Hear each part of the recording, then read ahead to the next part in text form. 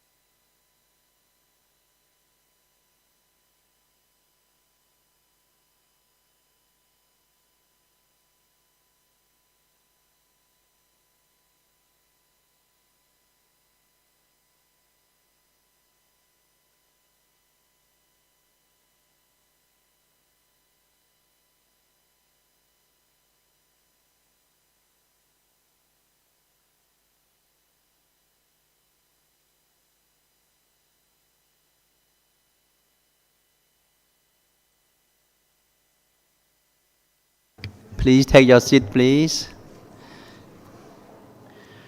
Excellencies, Madam Executive Secretary, delegates, the meeting is called to order. Before we start with the deliberations, I would like to turn to the matter of elections to 4 governing councils. I wish to remind delegations that elections to the 3 governing councils will commence today simultaneously in 3 locations, one in Bangkok at the conference room 4, level 1, from 11 to 1 p.m. UTC +7. In Suva at the ESCAP sub-regional office for the Pacific from 4 p.m. to 6 p.m. UTC +12. And in Beijing at the UN compound from 12 to 2 p.m. UTC +8. The elections will be held in accordance with the relevant rules of procedures of the Commission, in particular Rule 41, and rules of procedures of the Economic and Social Council, in particular Rule 70. In filling out the ballot papers, representatives are requested to tick a box next to the names of candidates that are printed on the ballot papers. The total numbers of checked ballot boxes may not exceed the numbers of vacant seats to be filled as indicated on the ballot paper. A ballot paper will be declared invalid if it contains votes for more than 8 candidates. If a ballot contains a notation other than a vote in favor of an eligible candidate, the notation will be disregarded. Blank ballot papers will be considered abstentions. It is very important that the intention of the voters is very clear. Therefore, if a mistake is made in filling our ballot paper, delegations should request a new ballot paper from the Secretariat. Please, no photography will be allowed during the balloting. If more than required numbers of candidates obtain the required majority in the first round, those candidates that have obtained the largest number of votes and the required majority will be considered as elected up to the number of vacant seats. May I take it that the members of the Commission agree to these procedures?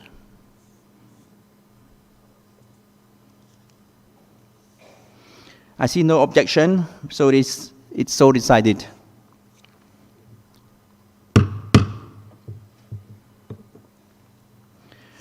Results of the election will be announced by the Secretary of the Commission on Friday, 27 May.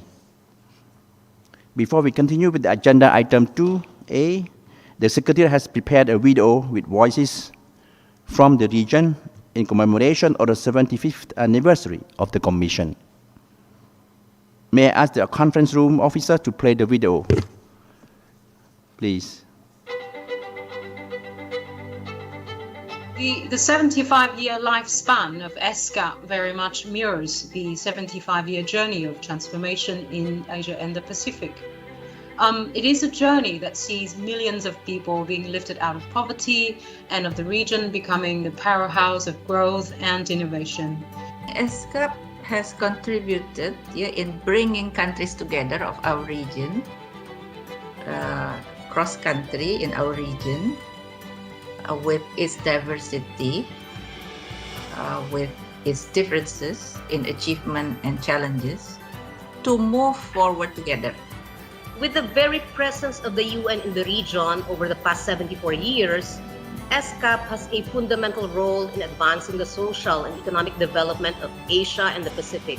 So the concept of a network, the concept of sharing lessons learned from one part of Asia which was more developed to other parts of Asia which was still developing was a very new concept, and all credit goes to UN ESCAP for making it happen. ESCAP has done a good job during the last 74 years. The role of ESCAP has been and will continue to be reducing the friction to cooperation among the ESCAP members. So ESCAP is a valuable platform where international cooperation can address big regional challenges and promote consensus-based sustainable recovery and development. I think the positioning of ESCAP is one that allows it both leverage as well as access. And I think that's really what we need to build on. What I expect from ESCAP is that, especially in supporting the member states in pushing this what I call as a localization of SDGs, Sustainable Development Goals, because Sustainable Development Goals basically cannot be achieved if we don't work at the local level. As a region, we are so used to look outside the region for support and help and innovation. And I think that it is time that the region should look more within its boundaries to help one another. We have already seen some examples where countries, regardless of how poor or how rich they are, they've had something to give to other countries during the crisis. What we need to continue is to make resources and help to our governments and to our region to identify what the real needs that we have today and what the real resources and real opportunities that we can implement today and now, and who are the main stakeholders who can be our partners in these processes. So I really want ESCAP to be one of the lead UN agencies to work on the implementation of the SDGs and going forward.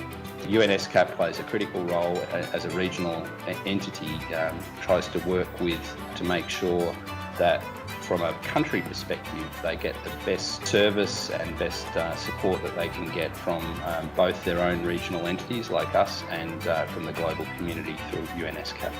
We have focused on the urgency to take strategic action today to bring about a brighter tomorrow. I think regional partnerships and collaborations as such could play a critical role in building effective synergies to ensure our plans are implemented. And although there is still a lot of work to be done, some of the numbers of the past 75 years indicate successes that will go down in history. ESCAP will continue to play a key role on coordinating Asia-Pacific cooperation, on promoting digital connectivity to bridge the digital divide, for digital transformation and sustainable development in the region. It is in particular amongst the most vulnerable and marginalized in our societies and economies that the UN is counted upon to act. And it is for improving their standard of living that I go to work for ESCAP every day.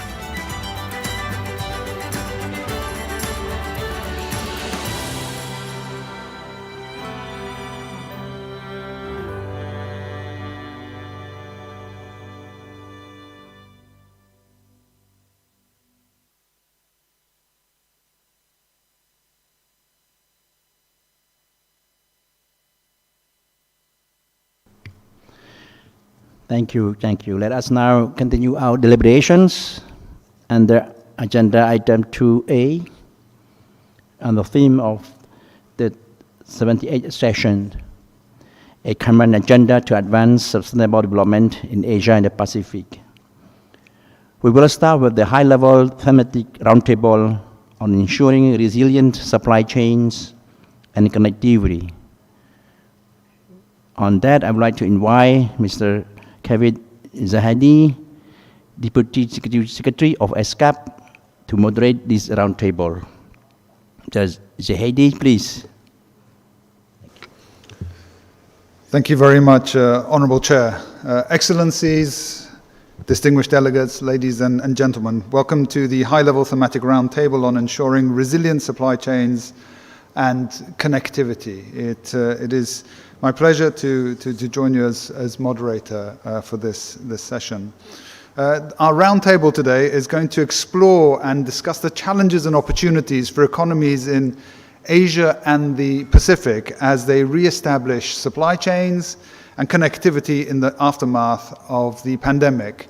And to help us do that, we have a very distinguished lineup of speakers who are going to provide insights on the challenges and, of course, on the opportunities for economies in Asia and the Pacific as they strengthen supply chains and connectivity as a means for sustainable and inclusive recovery from the COVID-19 crisis. So, without further delay, allow me to first invite the conference room officers to play the video of His Excellency Mr. Pan Sorosak, who is the Minister of Commerce of Cambodia, who has kindly provided keynote remarks through a video message for this session. Excellency Mr. Colin Vixen Kelapil, President of the Economic and Social Council, Mr. Albert Park, Chief Economist of ADB, Dr. Deborah Elms, President Asia Business Trade Associations, distinguished guests, ladies and gentlemen. Very good afternoon from Cambodia. First and foremost, I have great pleasure and honor to be invited to deliver my keynotes on regional supply chains and connectivities at the 78th sessions of the Economic and Social Commission for Asia and the Pacific. Indeed, it has been 2.5 years since the world has started to live in a new normal. Not only has the global spread of COVID-19 affected public health, endangering lives of our people, but it has also plagued regional and global socio-economic development, including supply chain and connectivity. However, we need to focus on how to turn all these challenges into opportunities. In this regard, I would like to contribute my humble views to the discussions as follows. On regional supply chain resilience, I am of the view that no unjustifiable restrictive measures in this guide shall be imposed and sustaining open and liberalized markets for trade and investment. This is to ensure that free flow of goods and services is imperative. It would necessitate collective efforts and strengthen regionalisms and multilateralism. Cambodia, on one hand, has been working closely and actively with other members of the ASEAN and the WTO to ensure that there will not be trade restrictive measures imposed to disrupt the free flow of foodstuff, medical supplies, and other essential goods across borders. On the other hand, we join with other countries in committing to an open, connected, inclusive, and more deepened regional and global economic integrations. As the chair of ASEAN for 2022, with endorsed 19 priority economic deliverables, Cambodia will promote, accelerate, and harmonize efforts to revitalize all sectors to build a sustainable, inclusive, and resilient ASEAN communities at the post-COVID-19 crisis, which in line with the theme ASEAN Act, addressing challenges together. ASEAN has also committed to work together to find solutions in mitigating the impact from current global crisis and to keep ASEAN region connected. Excellency, ladies and gentlemen, on trade digitalizations, ASEAN ought to ensure full and effective implementations of ASEAN digital transformation agenda, including the Bandar Seri Begawan roadmaps on ASEAN digitalizations. ASEAN should ensure full and effective implementations of ASEAN digital transformations agenda, including the Bandar Seri Begawan roadmap on ASEAN digital transformations agenda, the ASEAN Digital Integrations Framework Actions Plan 2019-2025, the ASEAN Digital Master Plan 2025, the ASEAN agreements on e-commerce and its plan of actions, and the RCEP agreements, particularly its e-commerce chapter. Both the ASEAN agreements on e-commerce and the RCEP agreement, particularly its e-commerce chapter, are aimed at facilitating cross-border e-commerce transactions, contributing to improve ecosystems, creating an environment of trust and confidence in the use of e-commerce and electronic payment, and deepening cooperations amongst the parties to further develop and intensify the use of e-commerce to spur inclusive growth and to narrow the development gap among parties. As Cambodia is also a party to the framework agreement on facilitations of cross-border paperless trade agreements in Asia and the Pacific, it is worth exploring the synergies and complementarities between these framework agreements and the above-mentioned ASEAN Digital Transformation Agenda. Indeed, adapting to digital economy transformations, Cambodia has established several key laws, such as law on e-commerce, law on consumer protections, and law on competitions, which serve as an essential impetus to develop the legal frameworks for digital economy and e-commerce. Cambodia's Digital Economy and Society Policy Framework 2021 and 2025 has also been introduced.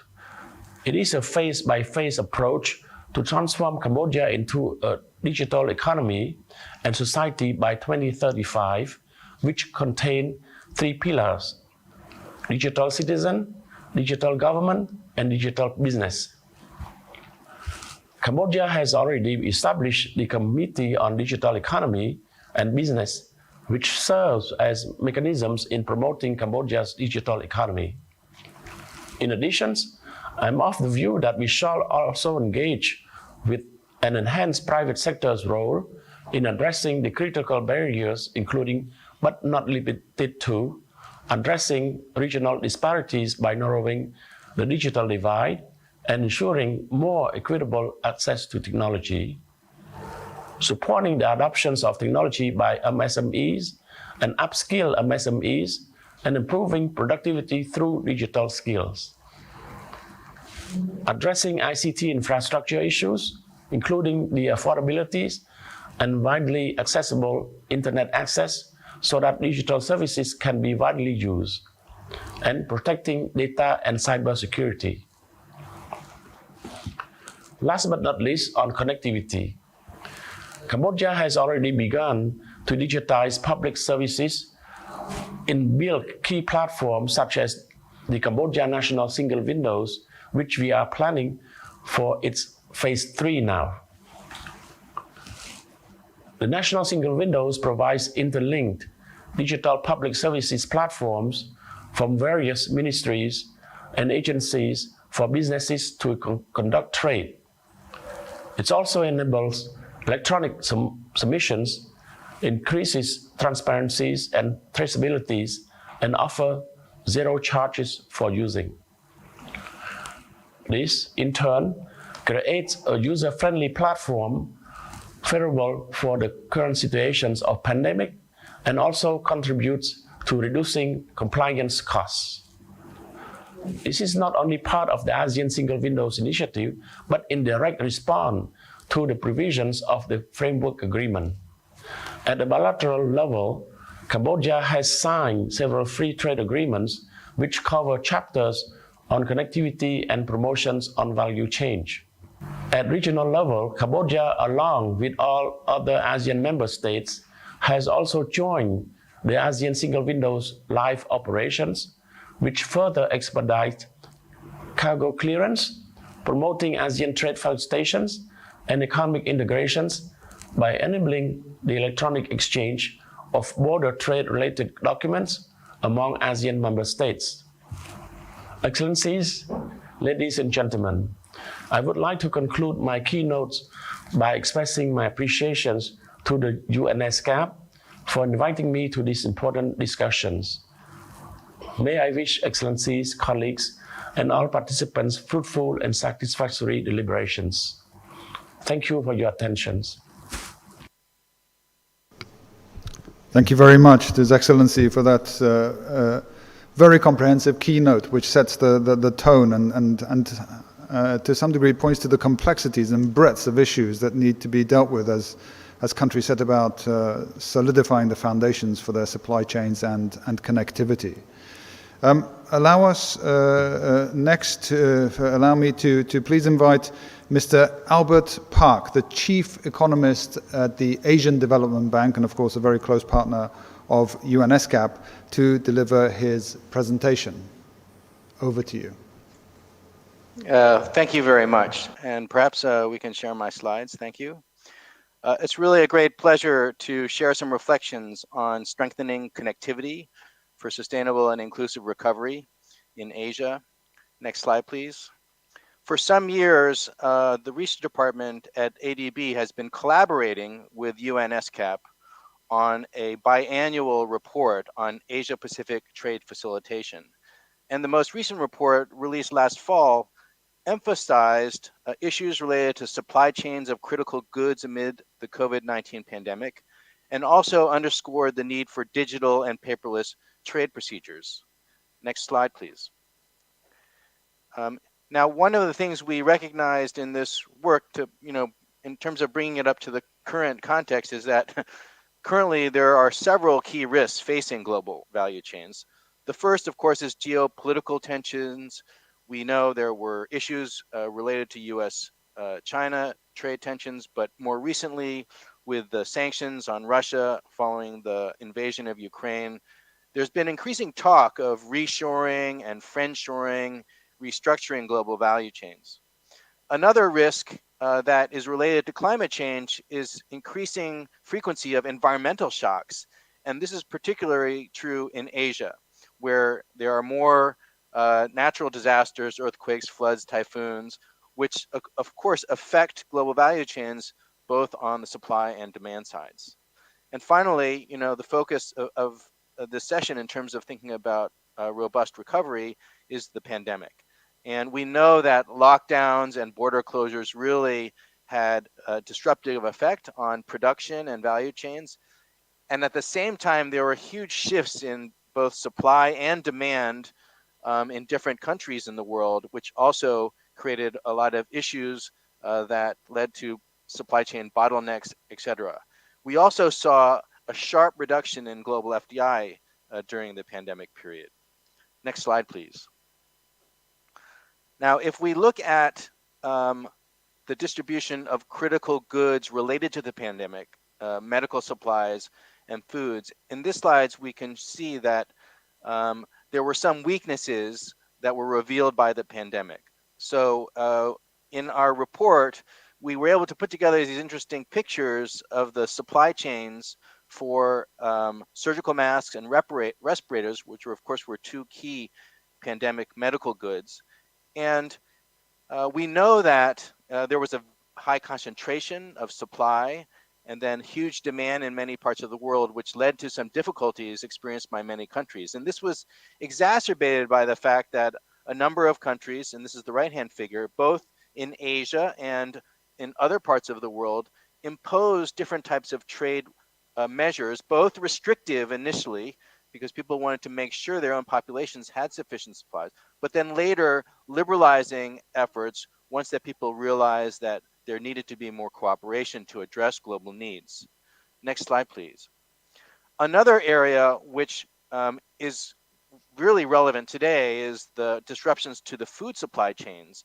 And this has really been exacerbated by the war in Ukraine, where commodity prices and fears of commodity shortages, especially food, has led to lots of concern, and it highlights the importance of sticking to better trade facilitation. We know as well that some countries have imposed export restrictions on key commodities due to concerns about shortage. Next slide, please. So in our report, we emphasize the importance of expanding international cooperation to enhance supply chains resilience through a number of different channels. The first is supporting open trade and trade facilitation. And here I really want to echo the comments of Minister Sorasak of Cambodia, where he also expressed the need to really continue to support integration and cooperation to address common challenges. And so we're trying to do everything we can to support countries to address legal and technical standards, system interoperability, support the implementation of WTO trade facilitation agreements, and facilitate paperless trade. We also think that, and this was really made evident by the pandemic, that digital technologies are really critical for making supply chains more resilient, because they can really enhance the inclusion of farmers, small businesses, women, basically those who have often been left behind in conventional trade. We also recognize the importance of global cooperation in targeting assistance, and this is particularly true related to issues related to procurement and handling of vaccines. And finally, as a multilateral development bank, the ADB recognizes the important role that we can play in promoting trade facilitation through trade and supply chain finance, getting involved in the vaccine procurement and distribution, etc. Next slide, please. Just highlighting this point that digitalization can really help promote more inclusive recovery. The reason that's the case is that digital platforms can reduce transaction costs, and it makes international trade and even domestic commerce more accessible to smaller firms, micro, small, and medium scale enterprises. Also, it opens up more space for trade and services. And we've seen digital services trade in Asia really grow quickly, and much more quickly than in other parts of the world. At the same time, we recognize that this fast evolving technology requires regulations that address issues related to monopoly power, but also privacy and cybersecurity. Next slide, please. So I want to finish on by emphasizing this point that greater connectivity itself can increase resilience of economies, not just supply chains. If you look at some data from Cambodia about firm survival during the pandemic, you can see in the blue line that the non-GVC firms, in other words, the firms not connected to global value chains, fared much worse. They were much more likely to fail than firms that were part of global value chains. And one reason for this is that if you're part of a global value chain, then your partners in the value chain, your suppliers and your customers really try to help you address these crisis moments, because they need you to be a continuing part of that chain.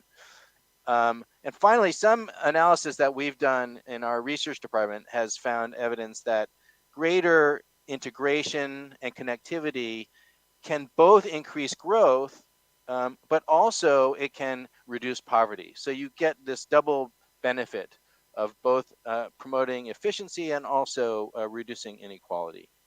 So let me stop there, and thank you for this opportunity to share some thoughts on how Asia can have a resilient recovery. Thank you. Thank you so much, Mr. Park. That's for that excellent presentation, and for again taking us through the continued multiple shocks and the impacts they're having on our supply chains, and pointing to some of the solutions that exist out there, including maybe the analysis of Cambodia that for me seems almost counterintuitive, but it's another reason for increased and open trade and trade facilitation, the digital technologies that you mentioned, without forgetting the assistance to the more vulnerable groups and all of the support that the MDBs like the ADB can bring to this process. Thank you again, Mr. Park. Next, may I invite the conference room officer to please play the video of Mr. Young Tae Kim, Secretary General of the International Transport Forum.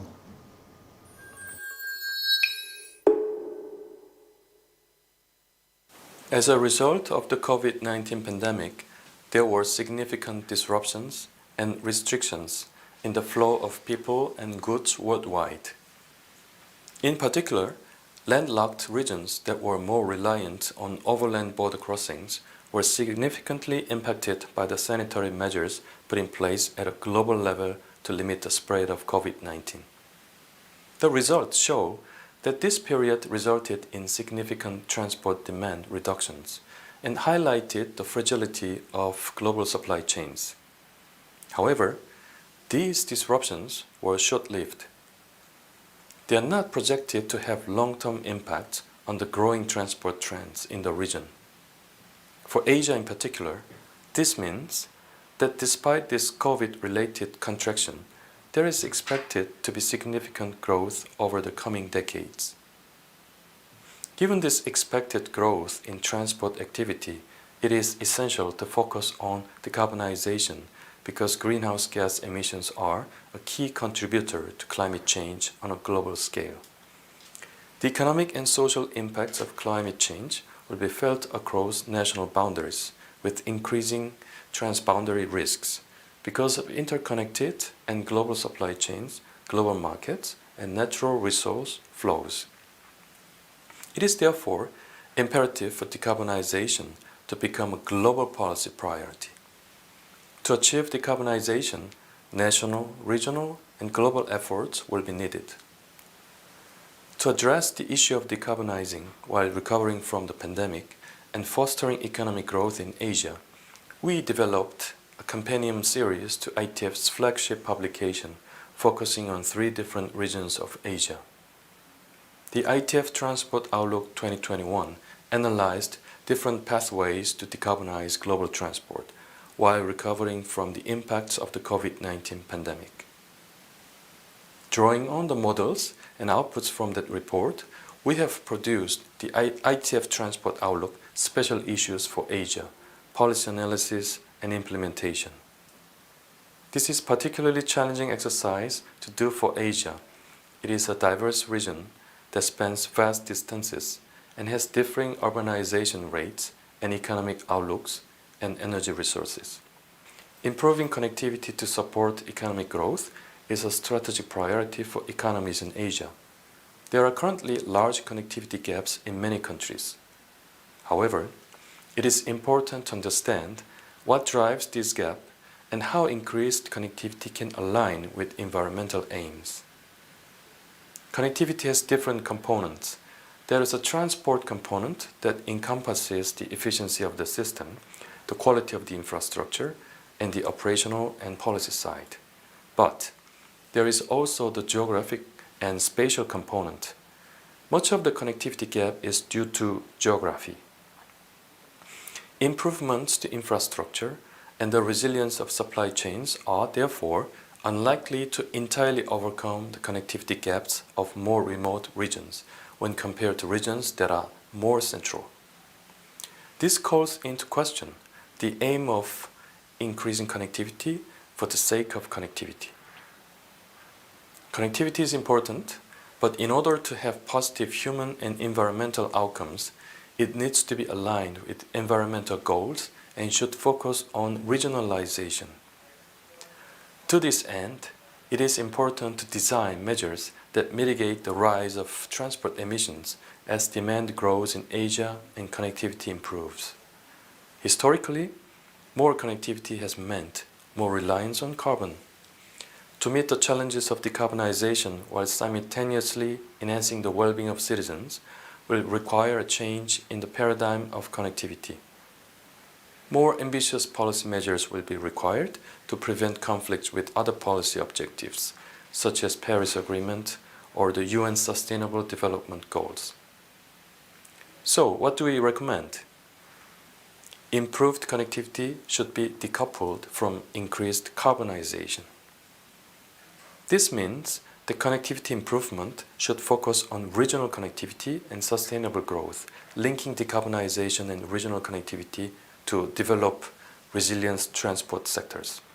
Improvement should not just focus on infrastructure, but soft measures will also play a large role. To this point, it is imperative that cross-border trade facilitation is improved to enhance connectivity through proper policy and planned investment in infrastructure. Finally, to have sustainable supply chains, we need to establish coherent freight reforms for sustainable outcomes.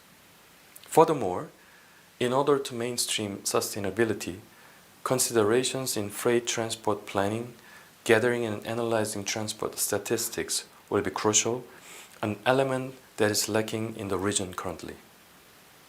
Gathering data allows us to identify gaps and opportunities while setting feasible targets.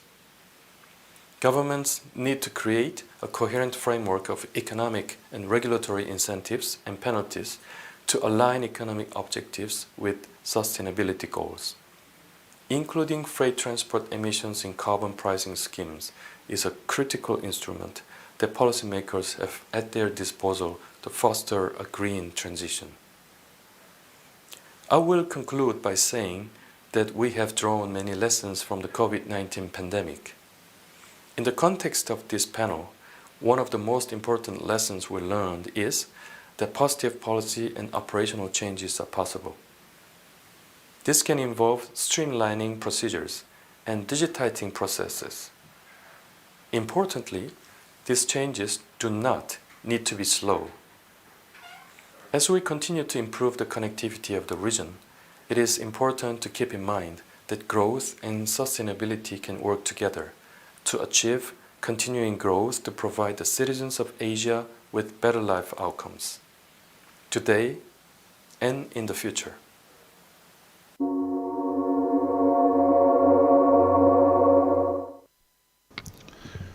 Thank you so much to Mr. Young Tae Kim, Secretary General of the International Transport Forum. I guess the video was also a good reminder for us of the conversation we were having with the Deputy Minister of Republic of Korea about how decarbonization or indeed the climate action has to be mainstreamed across these vital sectors, and transport is certainly one of those, as the Secretary General of ITF has very much laid out for us. It's going to be a vital and fundamental part of building future connectivity. Finally, allow me to please invite Ms. Deborah Elms, the President of the Asia Business Trade Association, to share her views on this topic with us. Thank you very much. It's an honor to be here, and I'm delighted to be on such a distinguished panel.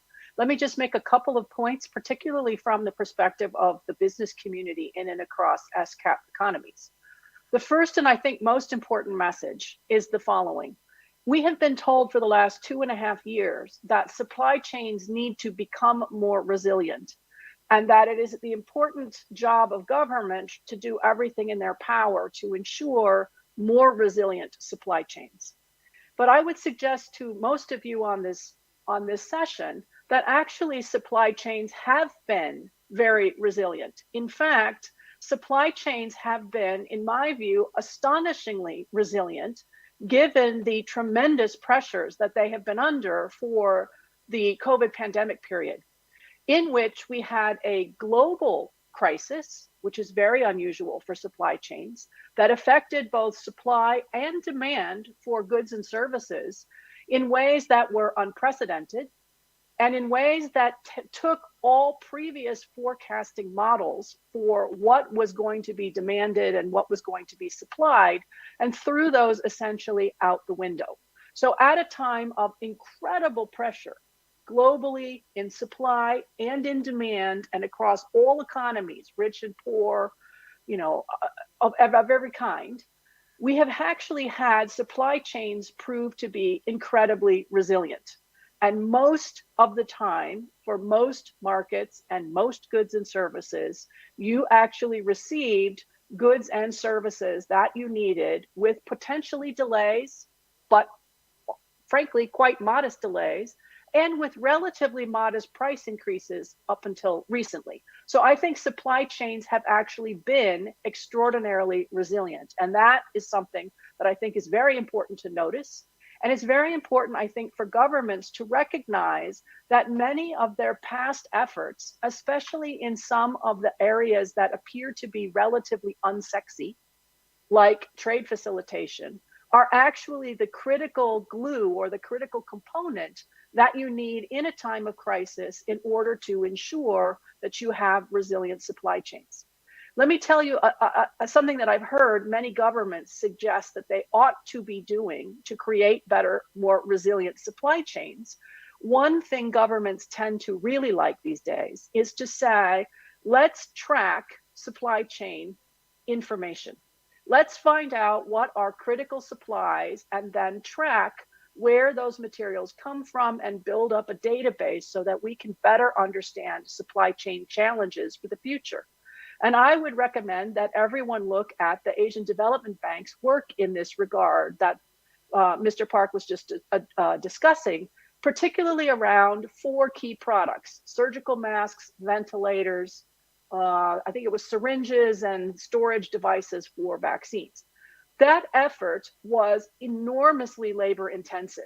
There were thousands and thousands of suppliers that were involved, for example, in a face mask supply chain that the Asian Development Bank had to track down.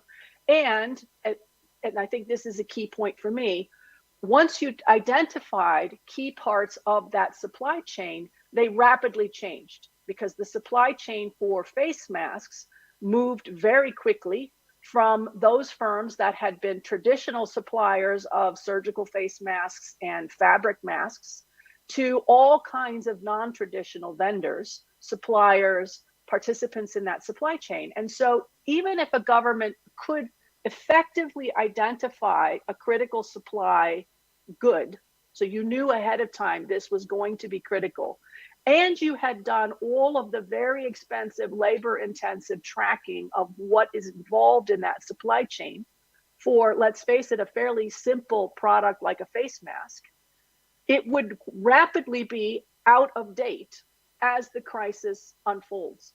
So I think this is not actually a very helpful place for governments to put a lot of energy and effort in trying to identify ahead of a crisis what are critical supplies and services, and then tracking those supplies and services across the board. I think it's just frankly not as helpful as you would like it to be.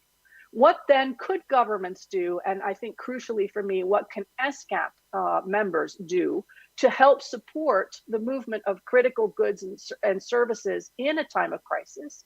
Well, happily for all of you, there has been an ongoing effort within ESCAP to develop a handbook on exactly this question. What should we do to facilitate trade in times of crisis? And if you have not yet looked at the materials generated across that project, I highly recommend that you do so.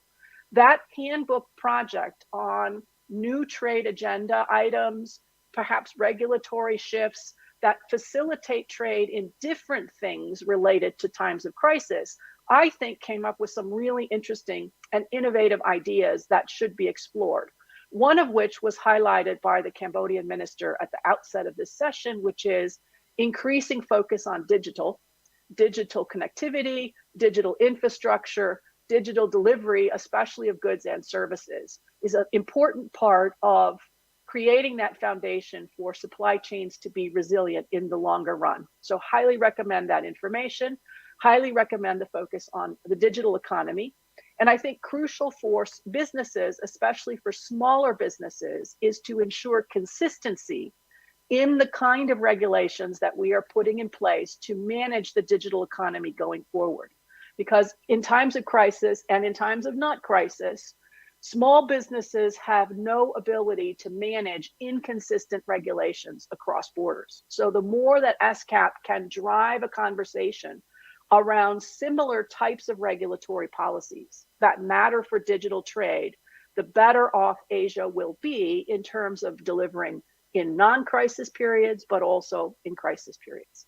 And the last thing that I just want to say before I conclude my remarks, and again, with great thanks for being able to be here, is that you still have to focus on some of the, again, for me, it's a bit less sexy, but nonetheless critical parts of pushing the business of business forward, which is things like trade facilitation. And again, my applause to ESCAP for pushing so hard on something called paperless trade, which again sounds sort of uninteresting, but if you think about the COVID situation with borders closed, with air freight closed, the ability of firms to move physical pieces of paper attached to the movement of goods became an enormous impediment to getting supply chains to be resilient. So the more that we can digitize those processes, the more we can think about speeding up and facilitating trade at the borders, the more likely we are to have growth in non-crisis times, but also to respond better in times of crisis. And so it's important that governments, in my view, do not take their eyes off past work that is half finished in the pursuit of something more interesting, more topical, more exciting, like let's map supply chains, and instead focus on delivering in those critically important bedrock policy areas like trade facilitation, like digital connectivity, that make a difference when you have a crisis and also facilitate inclusive growth in times of non-crisis. So I think the good news for me is that for 75 years, ESCAP has been doing an excellent job of thinking about some of these behind the scenes bedrock principles, policies, dialogues, and discussions that form the foundation of creating an area of the globe that actually did relatively well under COVID and should be poised for significant economic growth as we eventually exit this COVID crisis, this COVID pandemic. And I think that is, again, my hat is off to all of you at ESCAP for the excellent work that you've been doing. And I thank you very much for the opportunity to be here today. Thank you. Thank you so much, Ms. Alms, for such a crystal clear presentation and for highlighting some of the solutions that sort of already exist, are out there. The foundations have been built, and it's just a question of taking them further to build this resilience into our connectivity and into our supply chains. Thank you so much for such a clear presentation and for your kind words, of course, about the work of ESCAP. Excellencies, ladies and gentlemen, this concludes the high-level thematic roundtable on ensuring resilient supply chains and connectivity. I wish we had all day to discuss it, because there's some fascinating issues that all of our speakers have brought up for us. But I would like to thank all of those speakers for their time and for the contribution to the roundtable. And with that, Excellency Chair, allow me to hand back to you. Thank you. Thank you very much, Mr. Sahadi, for your able leadership on these roundtable discussions. I would like now we move on to the country's deliberations on the theme topic. May I call upon my friend Lorenza Santusi, the Secretary of the Commission, to make some housekeeping announcements, please. Thank you very much, Chair, and very good morning to all distinguished delegates. Please allow me to briefly remind all the participants attending online about the use of the video conferencing platform Kudo.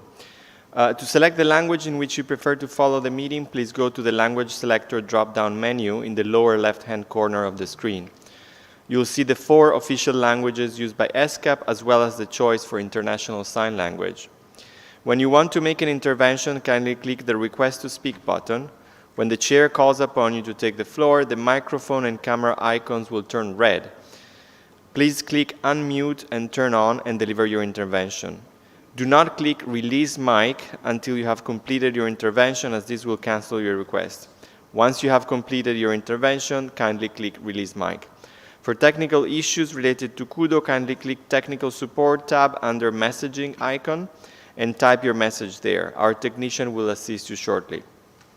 The Secretary will be monitoring the messaging in Kudo. However, the Secretary kindly requests that all substantive questions or interventions be raised by using the Request to Speak button only. And finally, to prevent echoes and interference, please stay on the floor language when you speak and ensure all other devices connected to Kudo in the same room are turned off. And thank you, Chair. Thank you, Lorenza, for your announcements. We will now open the floor for country statements. And I would like to urge all the speakers to adhere to the time limit of 3 minutes. I know you have a lot of things to say, but please 3 minutes to ensure we can hear from all those participating. I also would like to remind delegations that in case of a longer statement, You may only deliver the summary version and provide the Secretariat with the full statement for sharing through the Commission's website. Based on the request received, the Secretary has prepared a tentative list of speakers. In order to maintain order and for delegations to be ready to take the floor, when I call on the speaker, I will also announce the 2 delegations that's in line. Delegations in the room called upon to speak would speak from the podium, while delegations online would need to click the request to speak button on Kudo. Hope this is okay for all of you. If so, I now open the floor for country statements. The first speaker is from Lao PDR. He is Excellency Mr. Tongpan Savanphet, Deputy Minister of Foreign Affairs of Laos, followed by Pakistan and Marshall Islands. Lao PDR, Your Excellency, Deputy Minister, please you have the floor. Thank you. Thank you. Mr. Chairman, Excellencies, distinguished delegates, ladies and gentlemen, at the outset, on behalf of the Lao delegation, I would like to congratulate the 75th anniversary of the establishment of the UN ESCAP. Mr. Chairman, the ongoing COVID-19 pandemic is unprecedented and has affected countries worldwide, including in the Asia-Pacific. The pandemic has affected all aspects of our society, including public health, people's livelihood, and economies, and has indeed exposed our shared vulnerabilities and interconnectedness, especially in terms of supply chain and connectivity. The pandemic has caused the disruption of systems of international trade, the flow of goods and services, including transport, logistics, investment, and tourism. The pandemic has clearly overwhelmed the achievement we have made so far and has further increased countries' existing vulnerability, particularly those in low-income and least developed countries. Taking into account these circumstances, we need to enhance regional and international cooperation and partnership in order to overcome challenges such as to reshape infrastructure, in order to pursue easier cross-border trade and connectivity in the region through the implementation of national plans and strategies and regional and global cooperation frameworks. For example, in the ASEAN region, these include implementation of the Regional Comprehensive Economic Cooperation Agreements, or RCEP, the Master Plan on ASEAN Connectivity 2025, and the ASEAN Comprehensive Recovery Framework, among others. For the Lao PDR, being both LDC and NLDC, we very much depend on the participation in global and regional value chains and trade for sustainable economic growth and development. The government has attached great importance to connectivity as one of national development priorities in order to improve infrastructure, to facilitate trade, investment, tourism, and people-to-people exchange within the country and with transit neighbors, the regions, and the world. Therefore, the government has implemented a strategy to transform the Lao PDR from a landlocked into a landlinked country in order to gradually change the current geographical location hindrance into an opportunity for the country's development and become an inland transit route and a logistic hub in the sub-region through developing and upgrading roads, bridges, and railways, and connecting the country to the Asian Highway and Trans-Asian Railway networks. This includes our plans to link the Lao-China Railway and Highways projects with these networks in the future. On this occasion, I would like to express our sincere appreciation to the UN ESCAP and all partners for the support and assistance extended to the Lao PDR in our development efforts. Mr. Chairman, let me conclude by reaffirming that the Lao PDR stands ready to work with the UN ESCAP member states and associate members to uphold in multilateral cooperation and partnership and enhance connectivity and resilient supply chain for better and rapid recovery and a sustainable future of the Asia Pacific. I thank you. Thank you, Minister, and my neighbor, Lao PDO, for your statements. We commend your efforts to supporting your people. Next speaker would like to invite from Pakistan, His Excellency Mr. Hassan Iqbal, Minister for Planning, Development and Special Initiatives. Please play the video, please. The Executive Secretary, Excellencies, ladies and gentlemen. Sustainable Development Goals were formulated and adopted by world leaders to ensure economic, social, and environmental sustainability to improve quality of life of the people. However, when these goals were adopted, the world had a different set of socio-economic realities. As of now, COVID-19 pandemic as a black swan event reversed gains of decades of socio-economic development. While the deadly health impact of COVID-19 pandemic is almost over, the socio-economic repercussions continue to affect countries in several ways. In particular, the pandemic has further taken away the fiscal and monetary space available to the developing economies for socio-economic uplift of their people.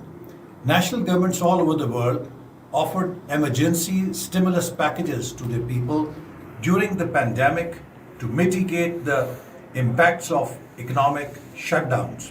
I appreciate the exceptional role of global multilateral institutions in providing emergency debt relief and in facilitating access to the COVID vaccine in the developing countries. Pakistan and Sri Lanka will present their voluntary national reviews in July later this year at the high-level political forum. I owe special thanks to ESCAP for facilitating Pakistan and Sri Lanka to organize a twinning program to share best practices and case studies to achieve SDGs.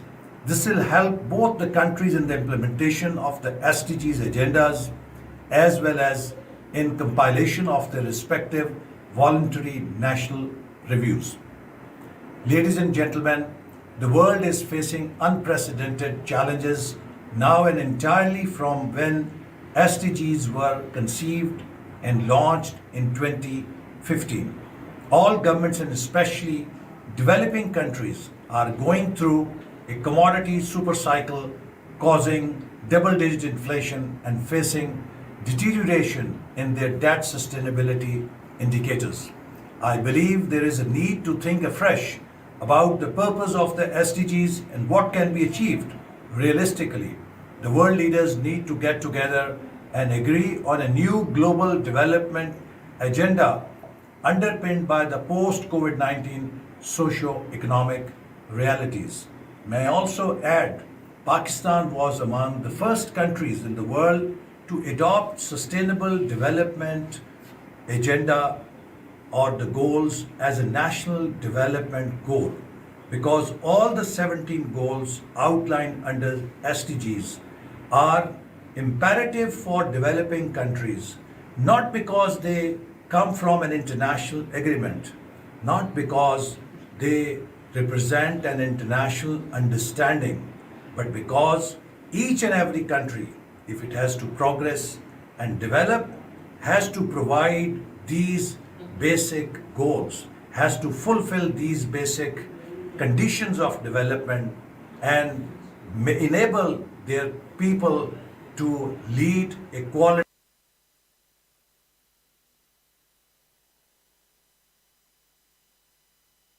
Thank Pakistan for statement. Next, I'd like to invite from Marshall Islands, Ms. Janet Katil, Secretary for Foreign Affairs. You had the floor.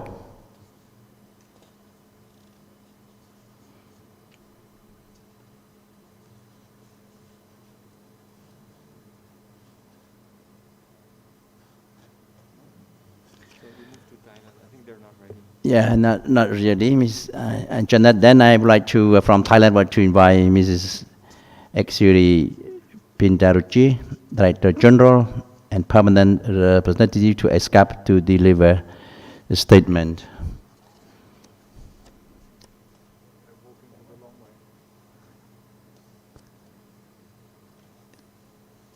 This is not here? Oh, okay. Okay.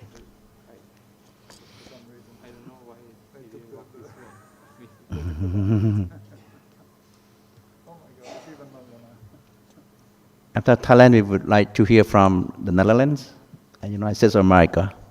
Thank you.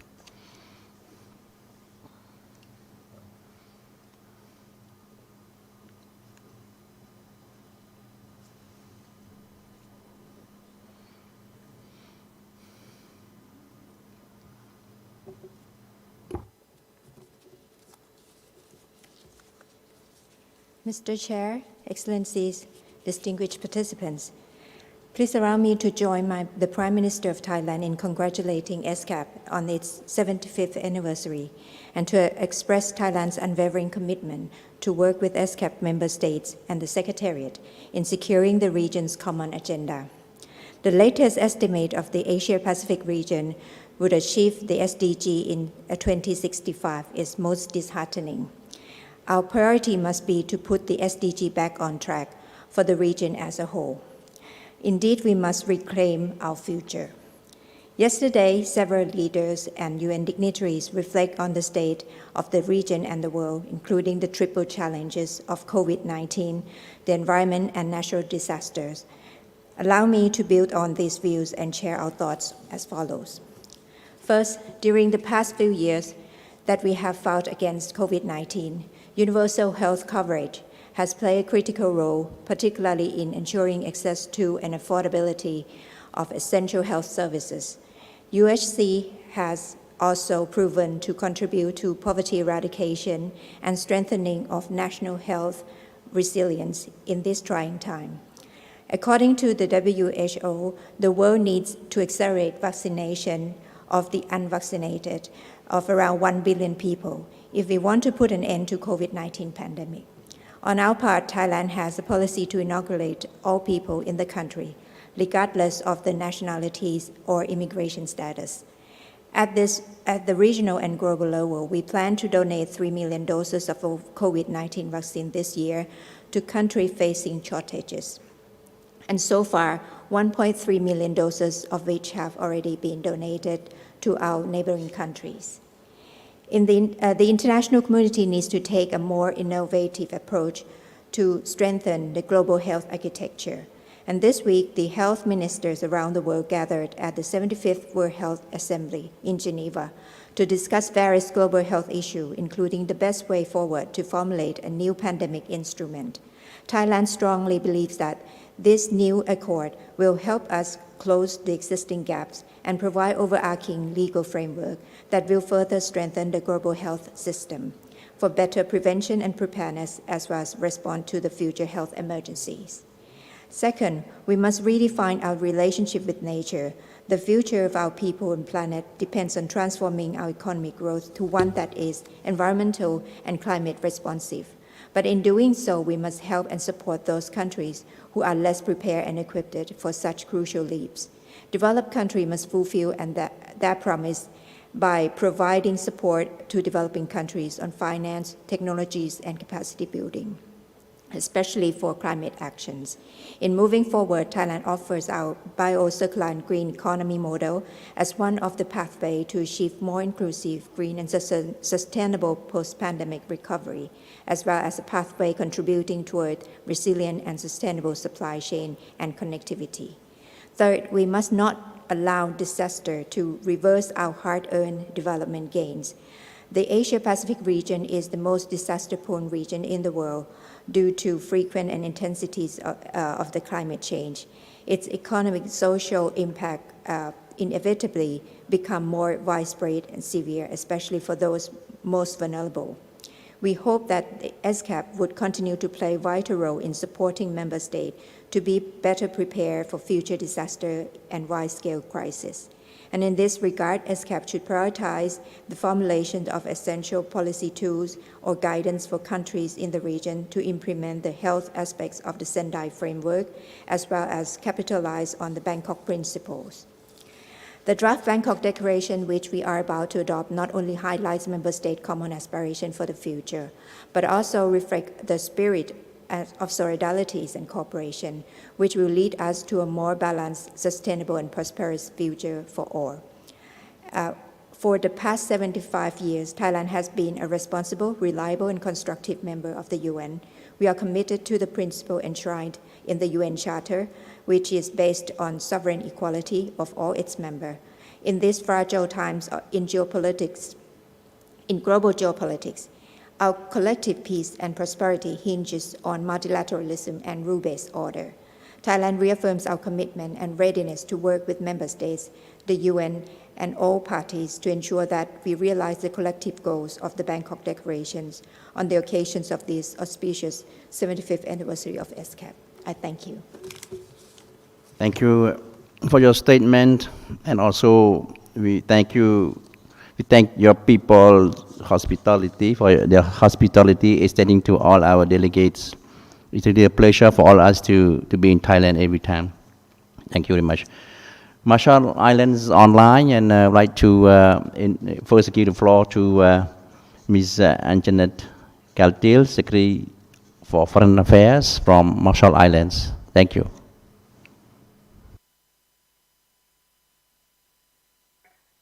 Excellencies, Secretary of Unity, distinguished representatives, ladies and gentlemen. Your grand greetings from Hong and the President of the Republic of the Marshall Islands. It is an honor to virtually come before all of you to express the views and hopes of my people. Excellencies, our common agenda for the 78th session is guided by the commitment to have strong regional action in the following: striving to respond to and recover from the impacts of COVID-19 pandemic, managing and protecting our marine and land resources and environment, mitigating the impacts of climate change, improving and enhancing the livelihood and security of our people, investing in digital connectivity, mobilizing resources and enhancing partnerships with development partners, and to accelerate efforts to achieve the 2030 Agenda. I am fully confident that if we commit to these actions, we will certainly be on the right track to meet our global goals. But we cannot do this alone. We are a global village and need to come together, work together, and to provide input and contribute to the regional global agenda so that we can not only achieve the sustainable development goals, but also meet our national development priorities. Excellencies, we have been impacted so much from the war in Ukraine, which has produced alarming effects to a world economy already battered by COVID-19 and climate change, with particularly dramatic impacts on small island states like the Marshall Islands. Hence, it has disrupted our national economy through skyrocketing prices of oil, food, and other related living standards, both in the urban and neighboring islands. In terms of addressing the national public debt sustainability, the Marshall Islands government has responded to the post-pandemic in an unprecedented manner in strengthening and protecting the economic activities in the following areas: public expenditure and taxation reform. Regarding public expenditures, the Marshall Islands government has frozen all travel funding to minimize risks to government personnel and mostly to secure funds necessary for actions relating to the national COVID-19 response and recovery plan. In supporting the monetary policies, we have ensured to tighten our borrowing money from bank lenders, especially in lowering interest rates while borrowing. This will also ensure an increase in spending to other priority areas such as scaling up social protection programs to cater for the needs of our most vulnerable communities, such as women, youth, and children. Friends, the Marshall Islands, like other atoll nations, is extremely vulnerable to climate change. Hence, it is vital that we address the important need of direct access to climate finance and innovative finances for the very survival of vulnerable communities like my own. The Marshall Islands recently endorsed the Climate Change National Adaptation Plan. The planning, preparation, and the implementation of the program activities that are identified in the framework present many challenges, but with the efforts and support of our global community and development partners, this climate crisis we face can be averted. In closing, the government of the Marshall Islands remains committed to supporting ESCAP and all its many important endeavors within this region. I believe that with all our combined effort and support, we can truly advance sustainable development throughout Asia and the Pacific. Komodata once again, thank you everybody. Thank you, Madam Secretary, for your statement. And I would like to invite Ms. Karin Mozen-Lechner, Director General for Asia and Oceania, Mrs. Foreign Affairs of the Netherlands, to take the floor. Thank you. It's a pleasure and an honor to join you virtually today to extend His Majesty King Willem-Alexander's heartfelt congratulations on the 75th anniversary of the UN Economic and Social Commission for Asia and the Pacific. As one of only 2 EU members of UN ESCAP, I'm grateful for the opportunity to set out the vision of my country on crucial developments here in the Indo-Pacific region and back home in Europe. For the Netherlands, it's evident that the Indo-Pacific region is a key region in the world in terms of people, GDP and economic growth, and in terms of overcoming global challenges together, in particular in the realm of stability and security, climate, health, and social and human development. Europe and the Netherlands are very much committed to contribute to sustainable economic growth, economic and social equality, and security in the Indo-Pacific. These are also the main pillars of our national Indo-Pacific strategy. With Germany and France, the Netherlands has been in the forefront of countries that stressed for the importance of an EU Indo-Pacific strategy and closer engagement of the EU with the Indo-Pacific region on a broad agenda. We very much realize that in our interconnected world, we have to join hands with the Indo-Pacific region to ensure stability, security, inclusive, sustainable development, and protect the rules-based international order, open supply chains, and our economies. As a result of geopolitical developments and the many global challenges we are facing, this holds true now more than ever.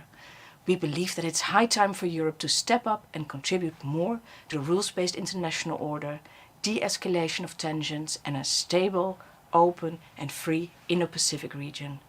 This is in all our interests. The Netherlands is fully committed to do its part of the EU's efforts in this regard. This is a two-way street. Developments in the Indo-Pacific are of direct relevance to Europe and vice versa. We should continue our dialogue we started at the Indo-Pacific Forum in Paris in February this year and aim for a broad agenda for cooperation. Allow me to touch upon a challenge that is top of our minds in Europe at the moment, the situation in Ukraine. Russia's unjustified and unprovoked invasion of Ukraine is a gross violation of basic international principles that we all hold dear: sovereignty, territorial integrity, and the rules-based world order. The war in Ukraine not only affects Europe, but has an impact on the world as a whole. And the way we, the international community, respond to this gross violation of international principles will not only affect the stability and security in Europe, but will determine the future of the rules-based international order. Countries in the Indo-Pacific can play an important role and help protect and promote the principles of sovereignty and territorial integrity and our rules-based world order. Of course, there is also the broader impact of the war on the global economy, with higher food and energy prices and severe economic and food security risks for many. The butterfly effect of this war should not detract from cooperation in tackling the central threat multiplier of our time, climate change. An existential threat for some island states and for large megacities along the coast. Heat and humidity may ultimately render a large part of the Indo-Pacific region unlivable. It's an illusion to expect that everything will remain the same if we do nothing. Quite the opposite. The cost of inaction will keep rising, both in economic terms and in human lives. Major transitions lie ahead, both in the digital and energy sphere, which brings me to the EU connectivity strategy, the global gateway. The EU aims to mobilize 300 billion euros in connectivity investments worldwide in the priority areas of digitalization, energy, transport, health and education in the period until 2027. This includes the Indo-Pacific region. These investments are based on a values-driven proposition and should work as a key driver of economic growth, economic and social equality, issues that lie at the heart of the UN ESCAP agenda. The Netherlands therefore sees great potential for cooperation to bridge connectivity gaps and support the twin transition required to meet today's global challenges, and will do its part in the implementation of the global gateway. In conclusion, we see significant changes occurring simultaneously across multiple areas, and we have to manage all the differences in a rapidly changing and sometimes disruptive world. Cooperation is key, and in that regard the Netherlands looks very much forward to continue to strengthen our cooperation with the Indo-Pacific on a bilateral, EU and of course the UN ESCAP level for the coming 75 years. Once again, our warm congratulations to ESCAP and happy birthday. Thank you, Madam Director, for your statement. I'd like to invite Ms. Marisa Cook, Deputy Assistant Secretary of State, U.S. Department of State. You have the floor. Thank you. It is an honor for the United States and for me personally to join fellow member states in celebration of ESCAP's 75th anniversary. Special thanks to Executive Secretary Alish Jabana for her excellent leadership and to ESCAP for serving as a trusted, transparent platform where our region can come together to address our common challenges. The United States is committed to peace and prosperity in the Asia-Pacific region and working together to address our most pressing issues while remaining true to the 4 pillars upon which the UN Charter and ESCAP stand: peace and security, development, rule of law, and human rights. Our support for the full implementation of the 2030 Agenda for Sustainable Development frames how the United States engages in ESCAP. We commend ESCAP's leadership on the Sustainable Development Goals, particularly on health and pandemic recovery, climate and the environment, and food security, all of which are top priorities for President Biden. To advance SDG 3 on health and pandemic recovery, the United States has led an ambitious campaign to fight COVID-19, strengthen global health systems, and finance future pandemic preparedness. We have already donated more than 539 million COVID-19 vaccines globally, and we are working with COVAX and other partners to get shots in arms around the world. Protecting the environment and advancing SDGs 13, 14, and 15 are a top focus. We strongly supported the UN Environment Assembly's launch of negotiations of a global agreement on plastic pollution, and back home, we have endorsed the goal of conserving at least 30% of land and water by 2030. We are also focused on SDG 2, Zero Hunger. This is made all the more urgent by Russia in the context of its unprovoked and unjustified war against Ukraine, which has increased the prices of food and fertilizer globally. While the Kremlin pursues a brutal war in clear violation of the UN Charter, the ESCAP region is burdened by commodity price increases and supply chain disruptions. The United States developed and proposed a global action plan and is leading sustained, high-level dialogue at the United Nations to address the food security crisis, increase humanitarian assistance, and cushion the impact on the most vulnerable worldwide. Yet the most effective solution remains for Russia to end this senseless war, and we are working with our partners to urge Russia to immediately cease hostilities and withdraw from Ukraine. As ESCAP celebrates 75 years of remarkable achievement and support for the 4 pillars of the UN Charter, I will conclude with a simple invitation. Reach out to us with ideas on how we can embrace the UN's cooperative spirit and partner at ESCAP to recover from the pandemic, protect our planet, and achieve the SDGs. Thank you. We thank you, Madam Deputy Assistant, for your statement.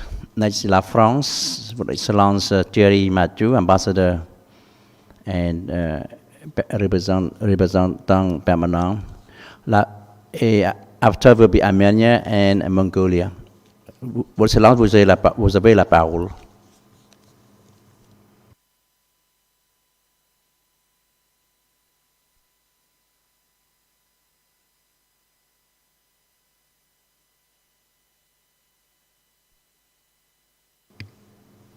Move to Armenia.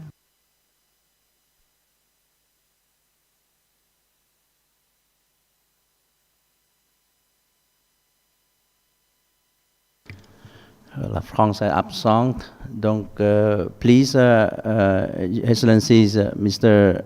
Jaram, Ken Sujan, Ambassador and Permanent Representative from Armenia, you have the floor.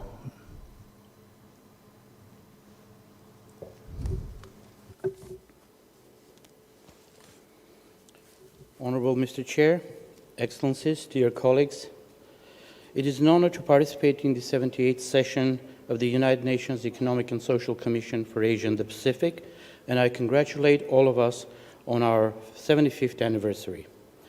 The Sustainable Development Agenda is of high particular importance to Armenia, a landlocked developing country that aspires to build a modern, democratic, and human-centered state where people enjoy their rights, freedoms, and livelihood opportunities in full.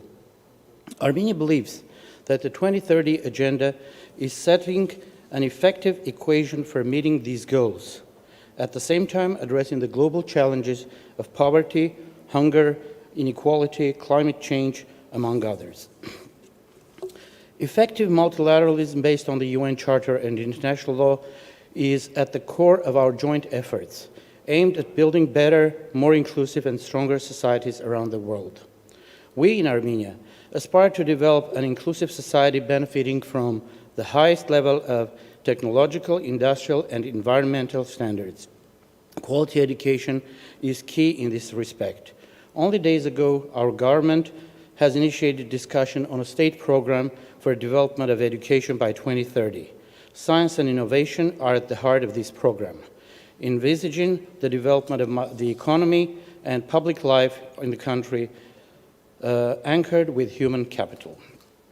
The issues of gender equality remain at the forefront of our reforms. The equal and meaningful participation of women in all the aspects of public life is a key priority.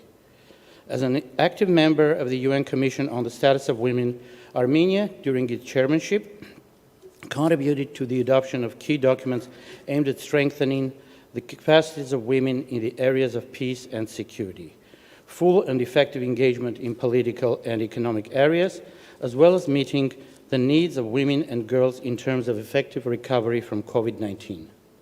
The government of Armenia is seized of many challenges related to the environment and takes active measures, including devising legislation and strategies which will support in safeguarding the threatened ecosystems. The key message of the Sustainable Development Agenda is the pledge to leave no one behind. I regret to underline that these efforts are failing in the area. International community has been continuously unable to support the plight of the people of Nagorno-Karabakh. UN has been unable to provide even basic humanitarian aid to the people of Nagorno-Karabakh on the ground. essentially leaving them behind. The fact that Azerbaijan, who started the war in 2020, continues to insinuate that the Nagorno-Karabakh conflict has been resolved is also due to the international community's inability and silence to the continuing humanitarian catastrophe in Nagorno-Karabakh with the Armenian population. Dear colleagues, Armenia supports the efforts of the United Nations aimed at promoting and advancing the Sustainable Development Agenda, including the key targets identified by the Secretary General in his report, Our Common Agenda. We remain committed to the effective multilateralism and stand ready to work jointly towards advancing our common goals and aspirations in the UN ESCAP region. Thank you. Excellency Ambassador, thanks for your statement on behalf of your countries. Next, I would like to invite France back. La France, Excellence Ambassador, you have la parole.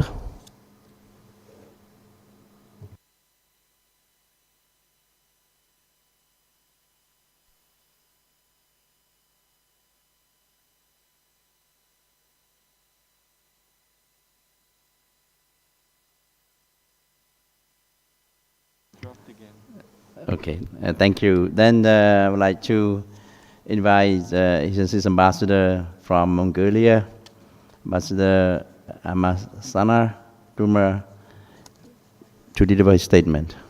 Thank you.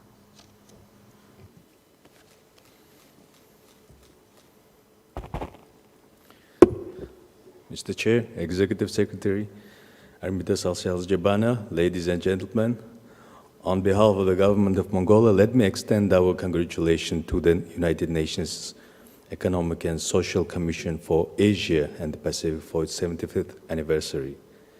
I'm sure that under the leadership of the Executive Secretary, the Commission will continue to expand its activities, provide valuable and wise advice to the member countries, especially in the face of post-epidemic recovery challenges, and strengthen regional cooperation.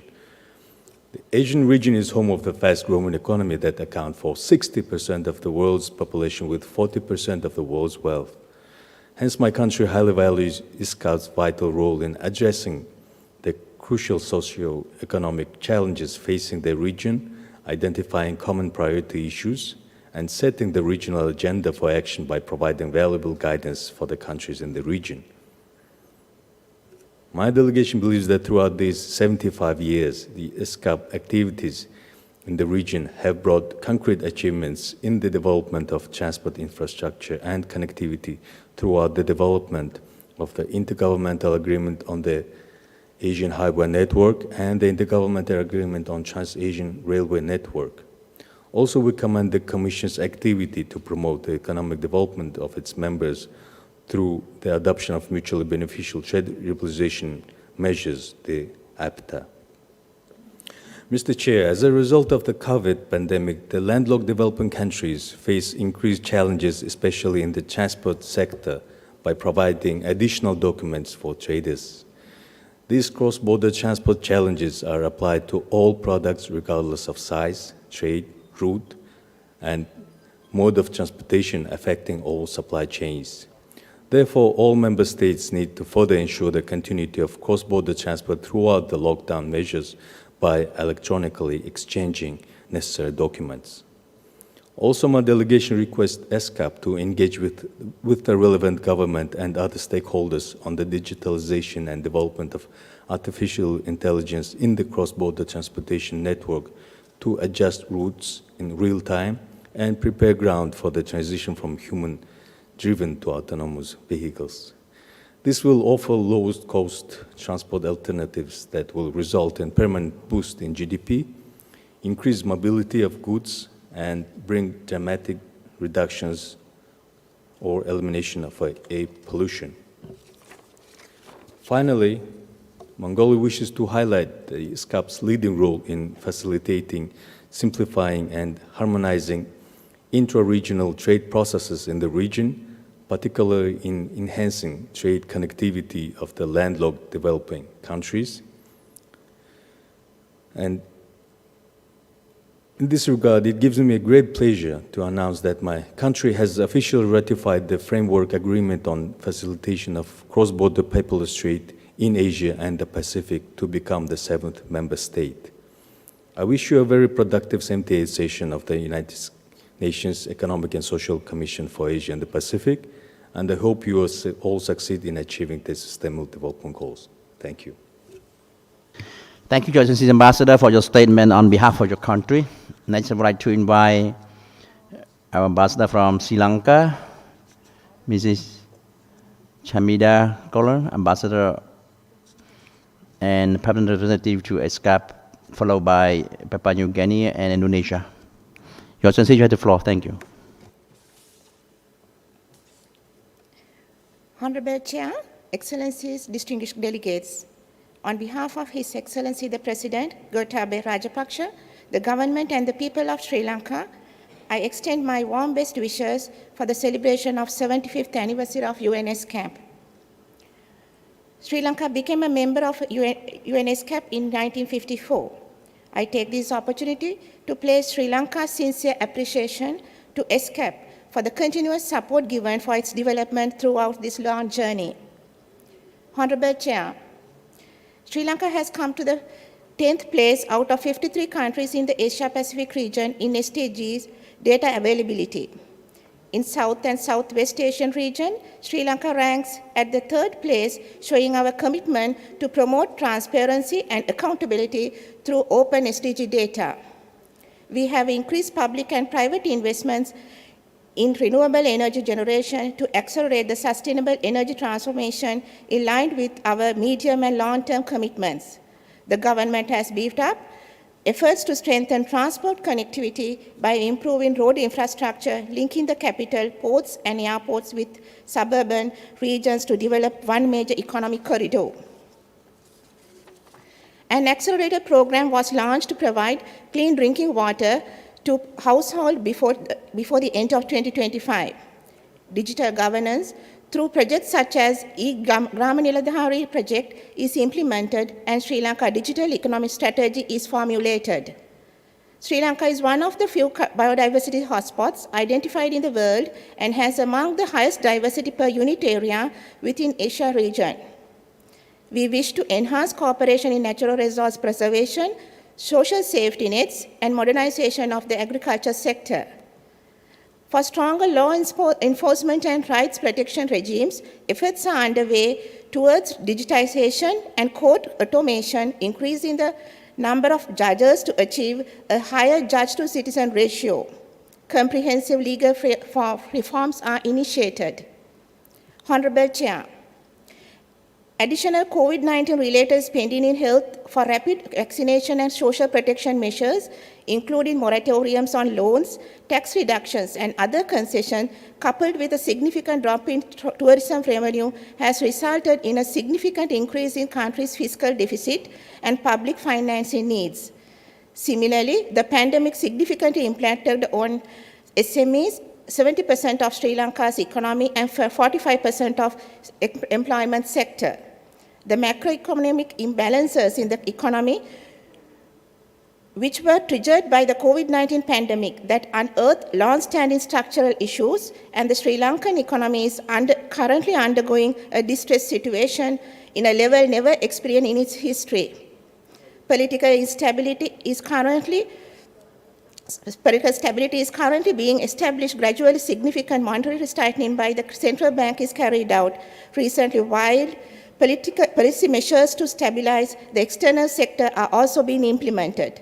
While meeting sustainable development goals remains a significant priority, the central bank has estimated significant bridging financing of $6.3 billion requirement in the second half of 2022 to provide for the basic imports necessity to sustain the livelihoods of country's citizens and to keep the fundamental economic activities ongoing.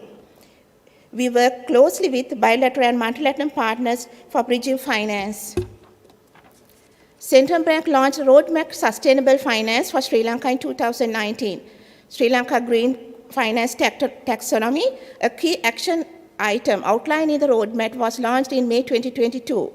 In April 2022, the government temporarily suspended selected foreign debt service payments until obtaining assistance from the IMF, and finalize this restructuring of foreign debt portfolio, which expected to bring a workable solution for the debt service payment issues with the support of the creditors, while reverting the countries to a sustainable debt trajectory in the medium term. The government is in the process of an IMF engagement with the aim of improving the fiscal and external sector stability while enhancing the macroeconomic stability. It plans to implement a strong fiscal consolidation program with the revenue enhancement measures through both direct and indirect taxes, tax reforms, trimming unproductive government expenses, and state-owned business enterprise reforms. International community and funding agencies can play a major role in supporting Sri Lanka during the adjustment period to restore the country's fiscal and external sector stability while ensuring inclusive economic growth and development going forward. Regional countries are an important part of the tourism sector, and if travel advisories are issued to prospective tourists to Sri Lanka, the expected recovery in tourism will be imperiled. The Sri Lankan economy is envisaged to record a gradual recovery over the medium term. The regional countries may extend assistance to such recovery by providing preferential market access for Sri Lanka's exports by lowering tariffs, providing or increasing quotas, or implementing special procurement schemes, and helping Sri Lankan industries in which they are specialized by providing technical assistance. Honorable Chair, Sri Lanka faces a significant immediate challenge to regain economic stability while also facing the challenge of identifying ways to finance the SDGs and to ensure that the hard-earned development outcomes are not reversed in the post-pandemic era.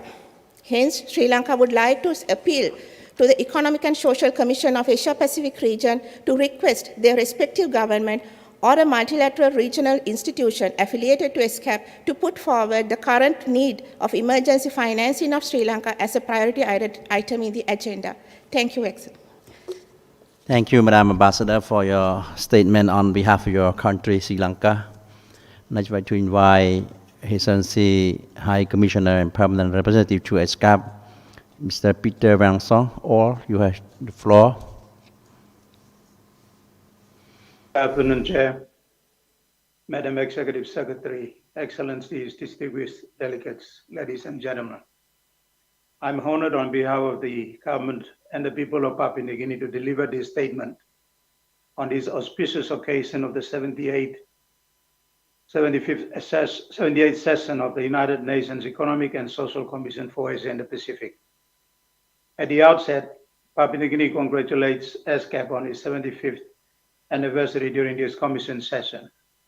It is a milestone achievement, and we assure you of our continued commitment going forward. The significant progress and achievement in the last 75 years through partnership and collaboration with ESCAP has proven the success of multilateralism and regional cooperation, especially through improving the livelihood of the people, communities, and societies within the region, as well as globally. One such achievement includes Papua New Guinea and many developing countries graduating from the least developed country status to low middle income developing countries through the technical assistance and capacity building support provided by ESCAP over the years. Chair, as we progress well into the early years of the decade, implementation of the 2030 Agenda for Sustainable Development, the world is confronted with continuous challenges of the global pandemic and regional conflict that has greatly reversed and impacted our domestic and aggregate regional efforts in progressing the 2030 Agenda.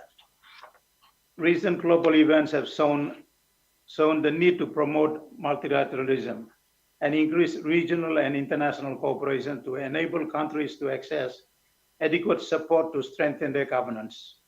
As political and economic institution countries to implement the ambitious 2030 Agenda for Sustainable Development. Papua New Guinea is grateful to the various valuable technical assistance and support that ESCAP continues to provide over the years, especially through capacity development programs to strengthen the institutional development around the areas of social protection areas and demographic dividends, civil registration and vital statistics, e-commerce, and cross-border paperless trade. Under cross-border paperless trade, which Papua New Guinea recently completed its domestic processes to rectify the framework agreement of cross-border paperless trade and prepares to submit the instruments of ratification to the depositories.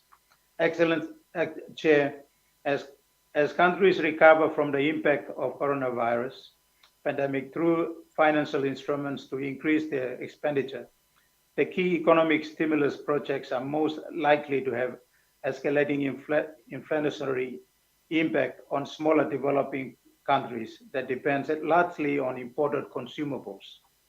Under such circumstances, developing countries will be looking at sustainable concessional financing instruments to rebuild the economies, as well as reset their microeconomic policies, intervention to improve revenue generation to support efforts of recovery. Papua New Guinea has tightened its provisional tax assessment to ensure that resource development investors in the mining and petroleum sector pay a fair share of tax timely, thus increasing the monthly tax collection for 2022. The Russian-Ukraine conflict is also having severe impact on the supply and price of economic commodities, with escalating effects on the prices of many goods and services. In response to these effects, the Papua New Guinea government in early May 2022 rolled out a 350 million kina economic intervention to ease the rise in price of fuel, grain, and other basic health and household necessities. From these economic interventions package, 100 million kina covered the lifting of GST taxes entirely on targeted set of key household and health necessities, 50 million kina as subsidies to lift GST taxes entirely on petroleum products, 150 million kina towards lifting fuel excise taxes entirely from all petroleum products for retail consumers, 20 million kina to bring forward the reduction in the fuel import tariff excise, and 30 million subsidy to the National Electricity Company to deal with increased fuel costs. Papua New Guinea and other developing countries, especially the least developed countries and small island developing states in the Asia-Pacific region, have special needs, given their institutional development challenges linked to geographic remoteness, high trade costs, and narrow economy of scale, which forces them to rely heavily on multilateral frameworks and regional cooperation to ease their recovery response from economic and environmental shocks. Chair, in closing, once again, congratulations on the 75 years of anniversary of the Commission. Papua New Guinea is grateful for the valuable assistance and support the UN regional think tank continues to deliver through the organization program of work. As a proponent of multilateralism, Papua New Guinea appreciates the crucial supportive role the UN system, especially the ESCAP, plays in assisting member states in the Asia-Pacific region to work towards building back better from the shocks of the coronavirus disease pandemic and accelerate the progress of implementing sustainable development goals.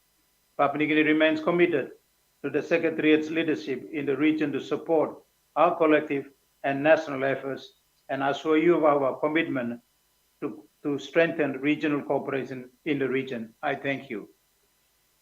Thank you, Your Excellency, High Commissioner, for your statement on behalf of your country. I would like to invite from Indonesia, Dr. Vivi Yulaswati, Advisor to the Ministers on Social Affairs and Poverty Reduction, Ministers of National Development Planning. You have the floor. Thank you. Followed by Malaysia and the People's Republic of China. Thank you. Thank you, Chair. Distinguished delegates, ladies and gentlemen, the pandemic has reversed the SDGs progress and exacerbated the inequality, both in terms of income and opportunity, within and among countries, exposing the risk of the vulnerability. Action from all stakeholders, therefore, are necessary to ensure inclusiveness and no one is left behind. There are 4 areas of focus to build a resilient and inclusive development. First, to reduce inequality, we put forward social protections and health care for all. In this regard, we prioritize access to the vulnerable through strengthening national health insurance scheme. Second, providing more $2 billion of cash transfer and enhancing toward adaptive social protections. And then applying pre-employment card programs. These programs have reached the poorest and helped the workers who lost their jobs to thrive in difficult times. Second, we support the micro and SMEs to go digital, particularly to improve their value added.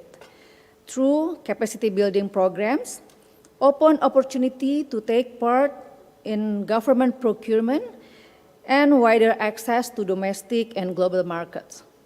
Third, we implement the low carbon and climate resilience development agenda. It is not about the trade-off for environmental impact and rapid economic growth. In fact, sustainability is the future of economic itself. The global green market currently is valued around $4 trillion, and we believe will keep increasing. Fourth, we manifest sustainability in innovative financial instruments. Indonesia has launched its first SDGs bond, as well as SDGs investor map. We continue working with non-state actors to mobilize funding from private sectors and non-profit institutions through blended and innovative financing. Indonesia is also working to finalize its integrated national financing framework, or the INFF, roadmap that help us to orchestrate all resources and effort, including businesses and philanthropy, to achieve the SDGs on time. Dear distinguished ladies and gentlemen, ESCAP has always been the key SDGs partner in the regions. Hence, we urge ESCAP to drive regional cooperation initiative, particularly to enhance sustainable value chains, strengthen the capacity of its members so we could recover stronger together, continue discussing and developing policy recommendations for common regional and global goods, particularly in pressing issues and issues of environmental protection and climate change. To close, I want to congratulate the 75th anniversary of UN ESCAP sessions. Thank you very much. Thank you, Dr. Wiwi, for your statement on behalf of Indonesia. Next, I'd like to invite Ms. Zuzila Sidek, permanent representative to ESCAP, to have the floor.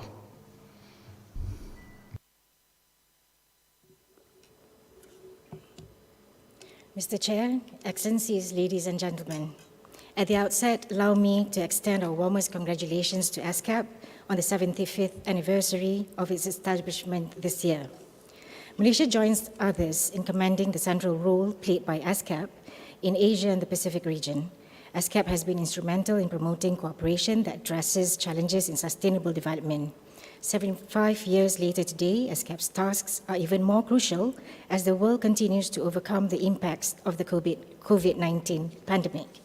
In a world that constantly evolves, we are seeing significantly more events, invariably changing lives, and the socio-economic landscape that we once knew. These changes are our cue for us to reflect deeply and plan more meticulously for our future. Perhaps the time has come that such changes necessitate fresh approaches. In this regard, ESCAP is well placed to drive the much-needed innovation, motivation, and inspiration, and plan them for the next 75 years.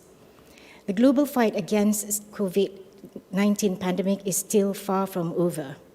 The world is still recovering, albeit at different rates, At the same time, a major crisis is ongoing in Ukraine, while closer to the Asia-Pacific region, conflicts in Myanmar, Afghanistan, and Palestine continues to impact those most vulnerable, pushing its population further away from reaching the Sustainable Development Goals.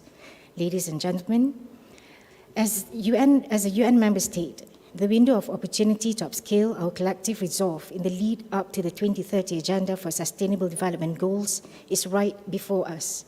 For Malaysia, the 2030 Agenda is embedded in our National Development Blueprint, known as the 12th Malaysia Plan. Slated for implementation from 2021 to 2025, the plan addresses 3 dimensions of sustainable development, covering its social, economic, and environmental pillars.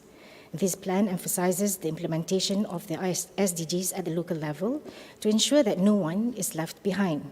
In line with the whole-of-nation approach, the Malaysian government is intensifying its involvement of stakeholders such as the private sector, academia, parliamentarians, and civil society organizations. Against this backdrop, the Malaysian Parliament established the All-Party Parliamentary Group of Malaysia on Sustainable Development Goals.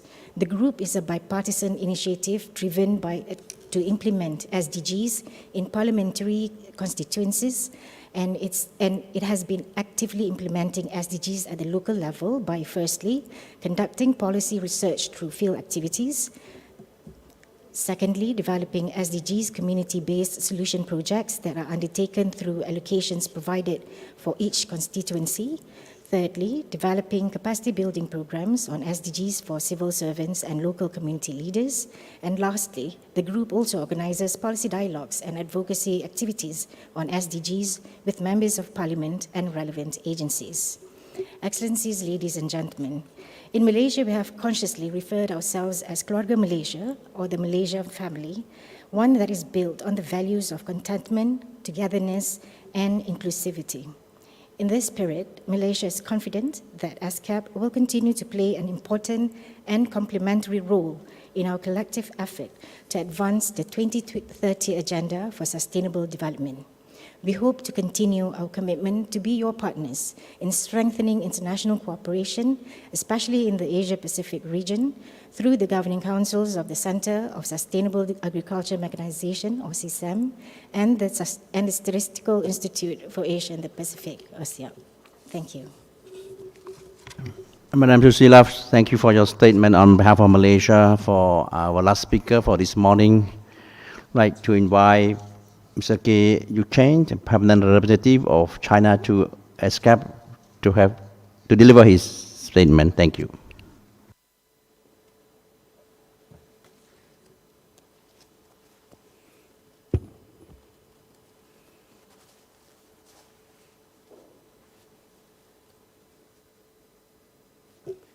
Chủ席先生、女士们、先生们，今年是 ESCAP 成立75周年。75年来，是亚太快速发展的75年，是发展共识不断凝聚的75年，是多边合作持续深化的75年。从 ECFA 到 ESCAP， 从上海到曼谷 ，ESCAP 为推动亚太地区经济社会发展做出了重大贡献。主席先生，当前世界动荡不安，经济复苏乏力，挑战复杂多元。75周年的 ESCAP 又站在了新的起点。面对我们的共同议程，亚太应该怎么做？亚太国家需要共同回答好这个问题。在昨天上午的年会开幕式上，中国国务委员兼外长王毅阁下全面阐述了对促进亚太发展的立场。我们应该毫不动摇地维护和平与稳定，坚持维护联合国宪章宗旨和原则，坚持共同、综合、合作、可持续的安全观。我们应齐心协力促进共同发展，建设平等协商、共同参与、普遍受益的开放型亚太经济。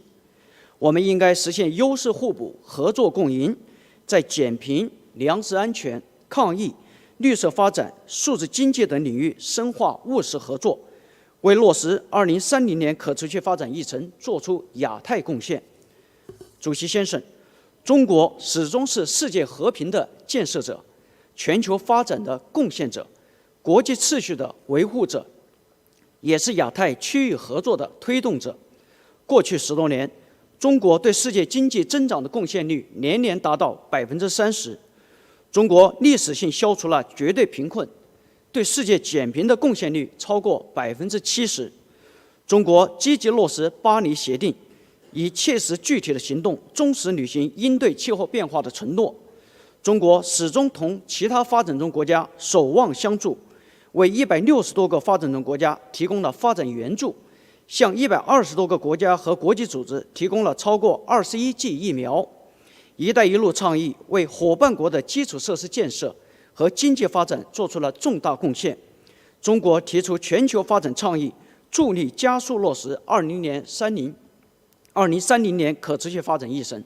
主席先生，浩渺行无极，扬帆淡信风。中国将坚定捍卫亚太和平，坚定促进亚太发展，坚定参与亚太合作，坚定支持 ESCAP 合作。站在 ESCAP 新的历史起点上，中国愿同 ESCAP 成员国一道，共享中国发展机遇，共促亚太可持续发展，携手构建亚太命运共同体。谢谢大家。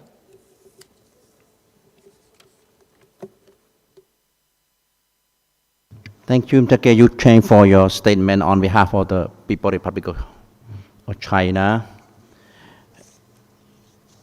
Yes, I think it's time for all of us to have a break, but before that, at this time, before we take a break, and then we reconvene this afternoon at 2 p.m. Bangkok time sharp to pursue the discussions under agenda item 2A. Just before the break, I want to call Lorenzo, the Secretary of Commission, to make an announcement. Thank you, Chair. I'm pleased to remind all participants that we have a series of side events being organized by our member states and partners. And today, during the lunch break, we have the following side events. Sharing ambitions on the way forward, carbon neutrality goals and cooperation in Asia and the Pacific, organized by the governments of the Republic of Korea and Vietnam and ESCAP, starting at 12:45 hours Bangkok time in Conference Room 3. Transforming Asia-Pacific trade and transport agreements and other initiatives to future-proof supply chain connectivity in Asia and the Pacific, organized by the government of Uzbekistan and ESCAP, starting also at 12:45 hours Bangkok time in Meeting Room A. What can finance ministers do for climate action, organized by the government of Finland and ESCAP, starting at 12:45 hours Bangkok time in Meeting Room H. Regional consultation on strategic priorities and actions to adopt of emerging technologies in the energy sector for climate change mitigation, organized by the government of India and the Asia-Pacific Center for Transfer of Technology as a virtual event. And promoting and facilitating ESG investment and fintech development, some recent development and trends, organized by ESCAP Sustainable Business Council, also as a virtual event. And just a reminder, in the afternoon, after the conclusion of the session, we'll also have another 2 side events. The first one is publication launching event is on a just energy transition in Southeast Asia, the impact of coal phase out on jobs. This is organized by ILO, together with the issue-based coalition on climate change, starting at 16:15 hours Bangkok time in Conference Room 3, and then also the presentation of the Asia-Pacific Journal on Sustainable Development, organized by ESCAP at 16:15 hours as a virtual event. The majority of these side events are open to all participants of the Commission, but in light of the physical distancing requirements of COVID-19, limited seats are available in the meeting rooms, but we encourage all participants also to join online, given the meetings are also hybrid. Details on the event are available on the Commission website, and we look forward to your participation in these events. Then please allow me, Chair, just to turn to the matter of elections that you touched upon at the outset of this meeting. A reminder to all delegations that are yet to cast their vote of the governing councils for APCICT, APDIM, CSAM, and SIAP, that elections are taking place until 13 hours Bangkok time in Conference Room 4, and the results will be announced on Friday, 27th of May, under Agenda Item 9, Other Matters. I thank you for your attention. Thank Thank you, Lorenzo, for just announcements. Our meeting is adjourned, and bon appétit à tout le monde.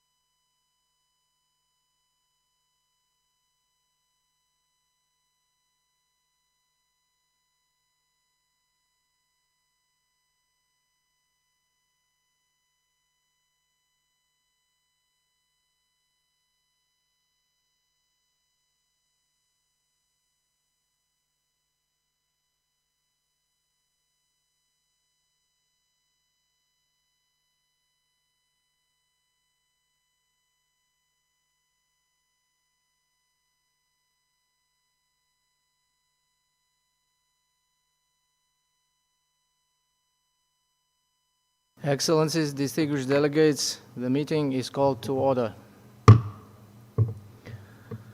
To pursue our deliberation under this agenda item, before we proceed with additional country statements, we will first have the third and last high-level thematic roundtable on realizing climate action in Asia and the Pacific. For this, I invite Ms. Sonia Layton-Cohn, Acting Deputy Executive Director of the United Nations Environment Programme, to moderate this roundtable. Ms. Layton-Cohn, please, floor is yours. Thank you, Mr. Chair. Excellencies, distinguished delegates, it's my honor to moderate this high-level thematic roundtable on realizing climate action in Asia and the Pacific. Climate change remains among the most significant threats to the Asia-Pacific region. At the same time, the region is responsible for over 60% of the share of green GHG emissions, and thus actions taken by countries in the region would have a significant impact on global efforts to mitigate anthropogenic climate change. However, without region-wide carbon-neutral pledges supported by more ambitious nationally determined contribution NDC targets, carbon neutrality is not within the reach in Asia and Pacific by 2050. This will require all stakeholders to collaborate and build a strong case for decisive climate action. This high-level roundtable will discuss opportunities to support a transition towards low-carbon resilient development in Asia and the Pacific, for creating regional alliances, and for enhanced support from ESCAP, the UN system, and regional partners. The first speaker today is Her Excellency Ambassador Jenny Kim, Ambassador and Deputy Minister for Climate Change, Ministry of Foreign Affairs of the Republic of Korea, who will share the perspectives of the Republic of Korea on raising climate ambition for carbon neutrality by 2050 as an opportunity for national low-carbon development pathway. Ms. Kim, the floor is yours.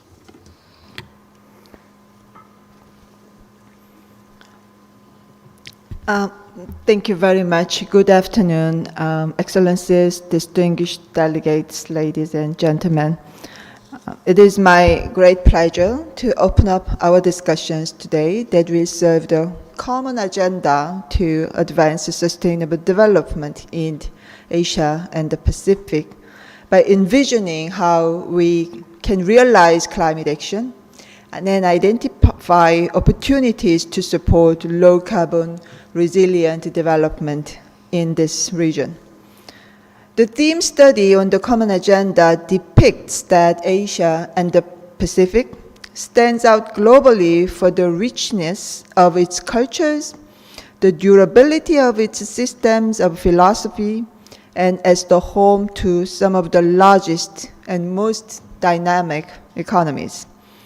The Asia-Pacific has emerged as a pace setter of global economic growth that has lifted millions of people out of poverty. This region, at the same time, houses countries most affected by the detrimental effects of climate change. Frequent inundation of seawater is threatening heavily concentrated economic activities along the coast. Extreme heat waves are forcing millions of people to change how they work and live. Even this time, we see our neighbor countries like India and Pakistan are suffering from extreme heat waves. Korea experienced the most terrible wildfires in the spring of this year, just a couple of months ago. This region we live in is surely a richer but riskier, and the existential threat induced by climate change is clearly felt in all of our lives. the scientific evidence calling for immediate scaling up and speeding up of climate action is very clear. Around 6 months ago, there was the historical COP26 meeting held in Glasgow during the pandemic. Glasgow Climate Pact concluded with important steps towards the ambition of 1.5 degrees Celsius. 90% of global emission and 90% of global GDP are now covered by net zero commitment. 39 ESCAP member states are joining these endeavors. Nearly 160 countries globally submitted or pledged to submit a strong NDC by 2030. Therefore, it is time to accelerate our actions to effectively implement our commitments. The Republic of Korea, for its part, has set out the 2050 carbon neutrality goal and the 2030 NDC of 40% greenhouse gas emission reduction to give a clear signal inwards and outwards to boost transition towards a green economy. Korea's new administration, which started about 2 weeks ago, will do its best to achieve goals, announced goals, by establishing a concrete, detailed, and responsible action plans. Effective climate action must start from rigorous policies to achieve just energy transition, because energy occupies major part of climate action. That's why my government will restructure the energy mix practically by expanding the balanced share of renewables and nuclear energy. Promotion of green technology, innovation, and enhancing human resources will surely contribute to boost the new growth engine.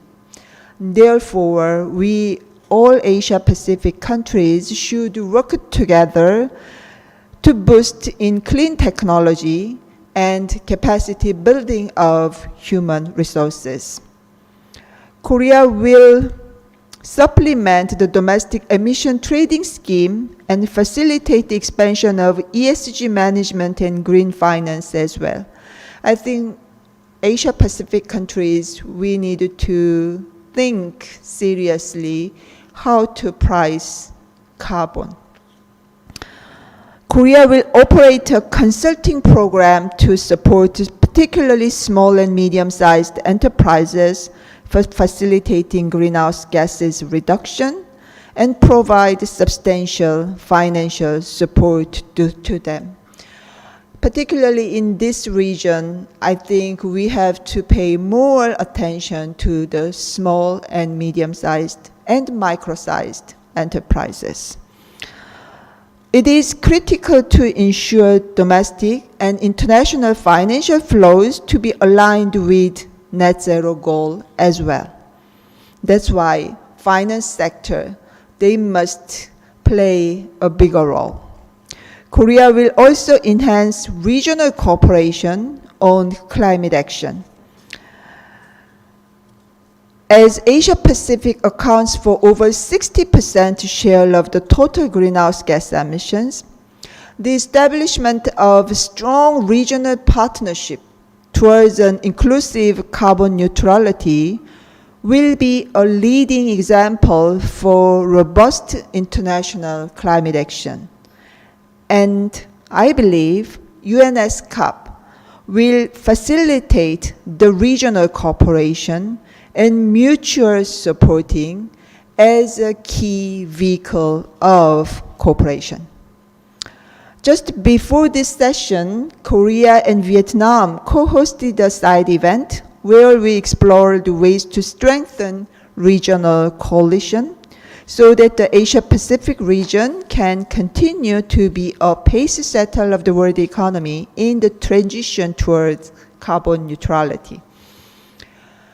The transition to low carbon economy should entail policy innovations that can enable technological breakthroughs and send a clear message to boost wider participation from the private sector. Korea has set methane reduction cooperation as one of our priorities for climate diplomacy as well.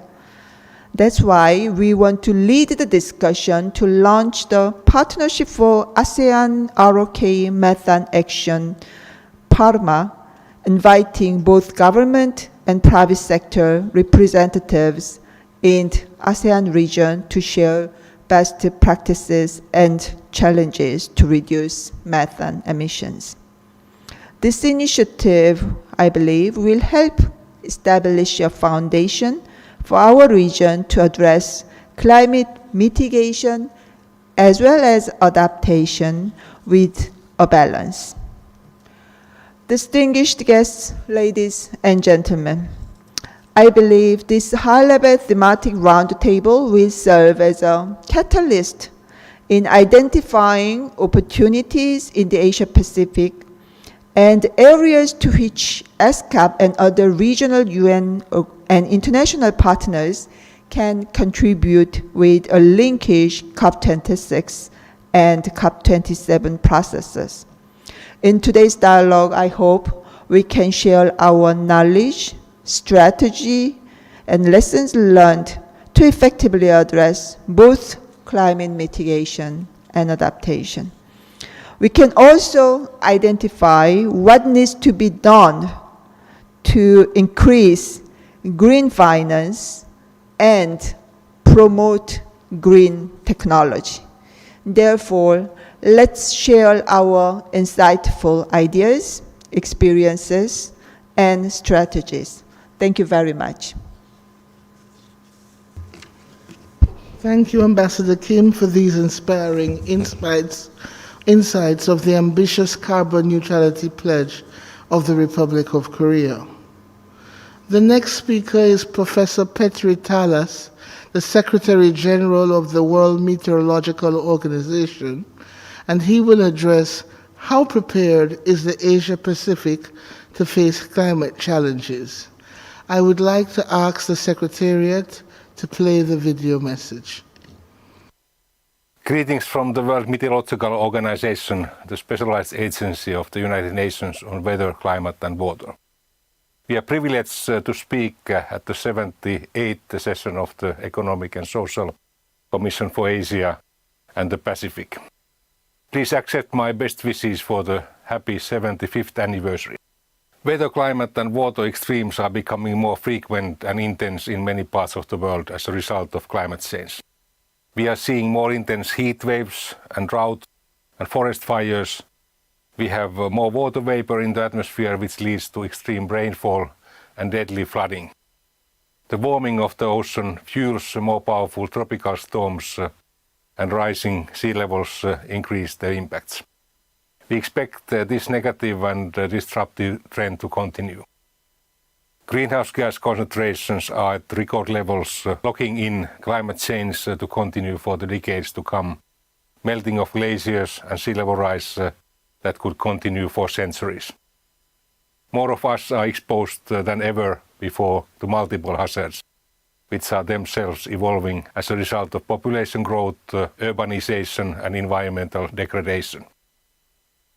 According to WMO's Atlas of the Mortality and Economic Losses from Weather, Climate and Water Extremes 1970-2019, the number of disasters increased fivefold between 1970 and 2019. Economic losses have increased even more, by a factor of 7. We face simultaneous multiple hazards with cascading impacts on infrastructure, agriculture, transport, energy and health systems. The findings from the latest WMO State of Climate reports in Asia and the Southwest Pacific, which is a joint effort of WMO and ESCAP, support the facts presented earlier. The reports provide an overview of land and ocean temperatures, precipitation, glacier retreat, shrinking sea ice, sea level rise and severe weather. They further examine socioeconomic impacts in a year when the region was also struggling with the COVID-19 pandemic, which in turn complicated disaster management. Ladies and gentlemen, the regional climate reports demonstrate that increasing socioeconomic costs jeopardize sustainable development. The growing number of disasters due to climate change is endangering implementation of a large number of sustainable development goals. This trend is expected to continue as people, assets and infrastructure are exposed to risk in our interconnected urbanized world. By 2030, an estimated 50% of the world's population will live in coastal areas exposed to flooding, storms and tsunamis. Greater coordination between national meteorological and hydrological services, disaster management authorities and development agencies is fundamental to better prevention, preparedness and response.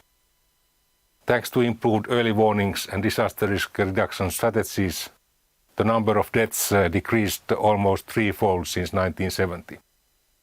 As part of this global agenda, WMO has been mandated by the United Nations Secretary General Antonio Guterres to lead the action to ensure every person on Earth is protected by early warning systems within 5 years. WMO will seek to close the gaps in observation, data collection and sharing, to expand the capacity of all countries to issue warnings ahead of a disaster, while simultaneously also improving their capacity to act on those warnings and to respond in a manner that is people-centered, inclusive and accessible. Closing the early warning gap will require inputs from actors throughout the entire early warning and early action value chain. WMO will lead this effort to achieve universal coverage of early warning services in close collaboration with key partners as a collective contribution toward global adaptation efforts. These include the WMO multi-hazard alert system GMAS leverages progress in early warnings against hazards such as tropical cyclones, flooding and coastal inundation. The Systematic Observation Financing Facility SOF was established at COP26 jointly with UNEP and UNDP as a new financing mechanism. One of the highest returns of investments will be achieved by improving weather, water and climate early warning services and related observing infrastructure and networks. The Climate Risk and Early Warning Systems Initiative CRUISE bridges the capacity gap in life-saving early warning systems for vulnerable countries. Dear participants, WMO looks forward to continued cooperation with ESCAP and its member states in advancing progress on the Sustainable Development Goals. We hope to achieve WMO's vision that by 2030 we will see a world where all nations, especially the most vulnerable, are more resilient to the socioeconomic consequences of extreme weather, climate, water and other environmental events, and underpin their sustainable development through the best possible services, whatever over land, at sea or in the air. With that, I look forward to fruitful discussions and I wish you all happy and safe meeting. Thank you for the opportunity to address you. Thank you. Now I have the honor to present Ambassador Peter Thompson of Fiji, the Secretary General's Special Envoy for the Ocean, to elaborate on opportunities to unlock sustainable blue economy for carbon neutrality by 2050. I would like to ask the conference room officer to play the pre-recorded statement now. Excellencies, ladies and gentlemen, thank you for the opportunity of speaking at ESCAP's 78th session. We're no longer living in what could be described as stable times. I'm not referring to the conduct of wars and the suppression of human rights around the globe.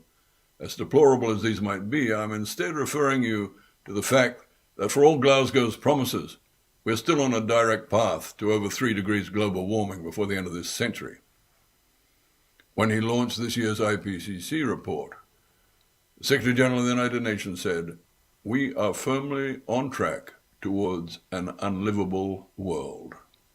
He said, "This is not fiction or exaggeration. It is what science tells us will result from our current energy policies. So when I hold my granddaughters in my arms, acceptance of the science becomes almost unbearable. It's within their lifetimes that the climate disaster will unfold its full fury. I come from Fiji, and nature's fury is the best way I can describe to you what it's like to be caught in the middle of a monster hurricane. Who in their right minds is ready to sacrifice their offspring to such a future? This is why the main thrust of my messaging as Special Envoy is intergenerational justice. For the children in the path of spreading desertification, for those suffering the onslaught of tropical storms of increasing ferocity and frequency, for the young ones losing their lands to rising sea levels, losing the beauty of biodiversity on land and sea, fleeing the effects of climate change, be they flood, famine, plague, or war. For all of them, we must act now or bow our heads in uttermost shame. Acting now means transforming our ways, our energy supplies and modes of transport, our food systems and our linear economies, transforming them now while we still have the glimmer of a 1.5 degrees future. It means turning from that linear road towards the precipice to follow instead the rational path to a sustainable, resilient future through the logic of circular economies in love and respect for the natural world. Excellencies, ladies and gentlemen, we're not without leadership. We're not without a plan. We have created a survivable plan for life on this planet. It took many years to formulate, but in the end, in the year 2015, it was universally accepted by the leaders of all the countries of the world. The plan comes in the shape of the Paris Climate Agreement and the UN's 2030 Sustainable Development Agenda. Implement this plan with integrity, and we will give our children and grandchildren the security we seek for them in what remains of the 21st century. But currently, the required integrity is lacking. So here we've got work to do, and I commend the ESCAP Secretariat for maintaining the focus. Also fully support ESCAP's highlighting of the significance of ocean-based action on climate change in Asia and the Pacific. This is especially commendable when you consider that our region has a major share in global GHG emissions, and when you consider the vast size of the region's oceanic coverage, and take in the heavy impacts of climate-related disasters. I'd also like to positively mention ESCAP's collaboration with other UN agencies through the Regional Decade Program developed within the framework of the UN Decade of Ocean Science for Sustainable Development. The program addresses the ocean decade's challenge to enhance the understanding of the ocean-climate nexus and stimulate action in Asia and the Pacific. With UNFCCC's SUBSTA meeting further considering the ocean-climate nexus in Bonn on June 15th, our region should be underscoring the relevance of the ocean to climate change and adaptation, including the role of blue carbon and key ecosystems such as mangroves and salt marshes and seagrasses and coral reefs. These nature-based solutions provide multiple opportunities to leverage climate action while promoting a sustainable blue economy aimed at carbon neutrality by 2050. I'd like to acknowledge the sub-regional accomplishments too, such as the adoption of the ASEAN Leaders' Declaration on the Blue Economy, which explicitly recognizes climate change threats, including sea level rise, and emphasizes the role of the ocean as a key driver of economic growth and innovation in Southeast Asia. Acknowledgement is also due to the Indonesian presidency of the G20, which includes the promotion of ocean-based solutions to climate change through enhanced cooperation in science, research, and innovation. Excellencies, ladies and gentlemen, in conclusion, as we approach the UN Ocean Conference to be held in Lisbon, 27 June to 1st July, the Asia-Pacific region should be scaling up its ocean action strategies. I believe those requiring emphasis include investing in science and technology to trigger the sustainable blue economy, and promoting science policy frameworks and discontinuing regressive practices, especially the use of fossil fuels. As our region prepares for the UN Ocean Conference, this Commission session comes at an opportune moment to strengthen collaboration and concerted action. And while we must embrace the needs of larger continental players in Asia, I'm sure you all remain sensitive to the needs of the smaller member states, including SIDS in the Pacific, who bear the impacts of climate change and have far fewer alternatives. With these words, I thank you for your attention and look forward to meeting many of you in Lisbon next month. Thank you. Our next speaker is Ms. Sunita Narayan, who is an environmentalist and writer, and presently serves as the Director General of the Center for Science and Environment and editor of the fortnightly magazine Down to Earth. Dr. Narayan will provide her perspective on the importance of engagement of civil society to achieve changes in policies, practices, and mindsets for an effective and equitable climate action. Dr. Narayan, the floor is yours. Thank you very much. Thank you, Your Excellencies, and thank you for asking me to participate in the high-level thematic roundtable on realizing climate action in Asia and Pacific. I'm honored to be with you and to speak to you today. I speak to you from my city of Delhi, which you may have read is going through an intense and scorching heat wave. The temperatures in Delhi have remained so abnormally high over the last 2 months that scientists are now very clear that these long duration high temperatures and the intensity of the heat wave is linked to climate change. The variations we see in weather today, the extreme weather events that we can see in the world around us are a grim reminder of the reality that confronts us. The worst is that we know that the poor in our world are the worst impacted because of climate change. The poor in the world who have not contributed to the stock of greenhouse gases in the atmosphere are the victims of climate change. As we see in my city of Delhi and in India today, with the intense heat, it is the poor people who are working in construction, in the fields, who are worst impacted. We need to remind ourselves about this and put a human face to the tragic events that are unfolding in front of us. I say this to you because this reality is what we need to amplify as we move towards decisive action to combat climate change.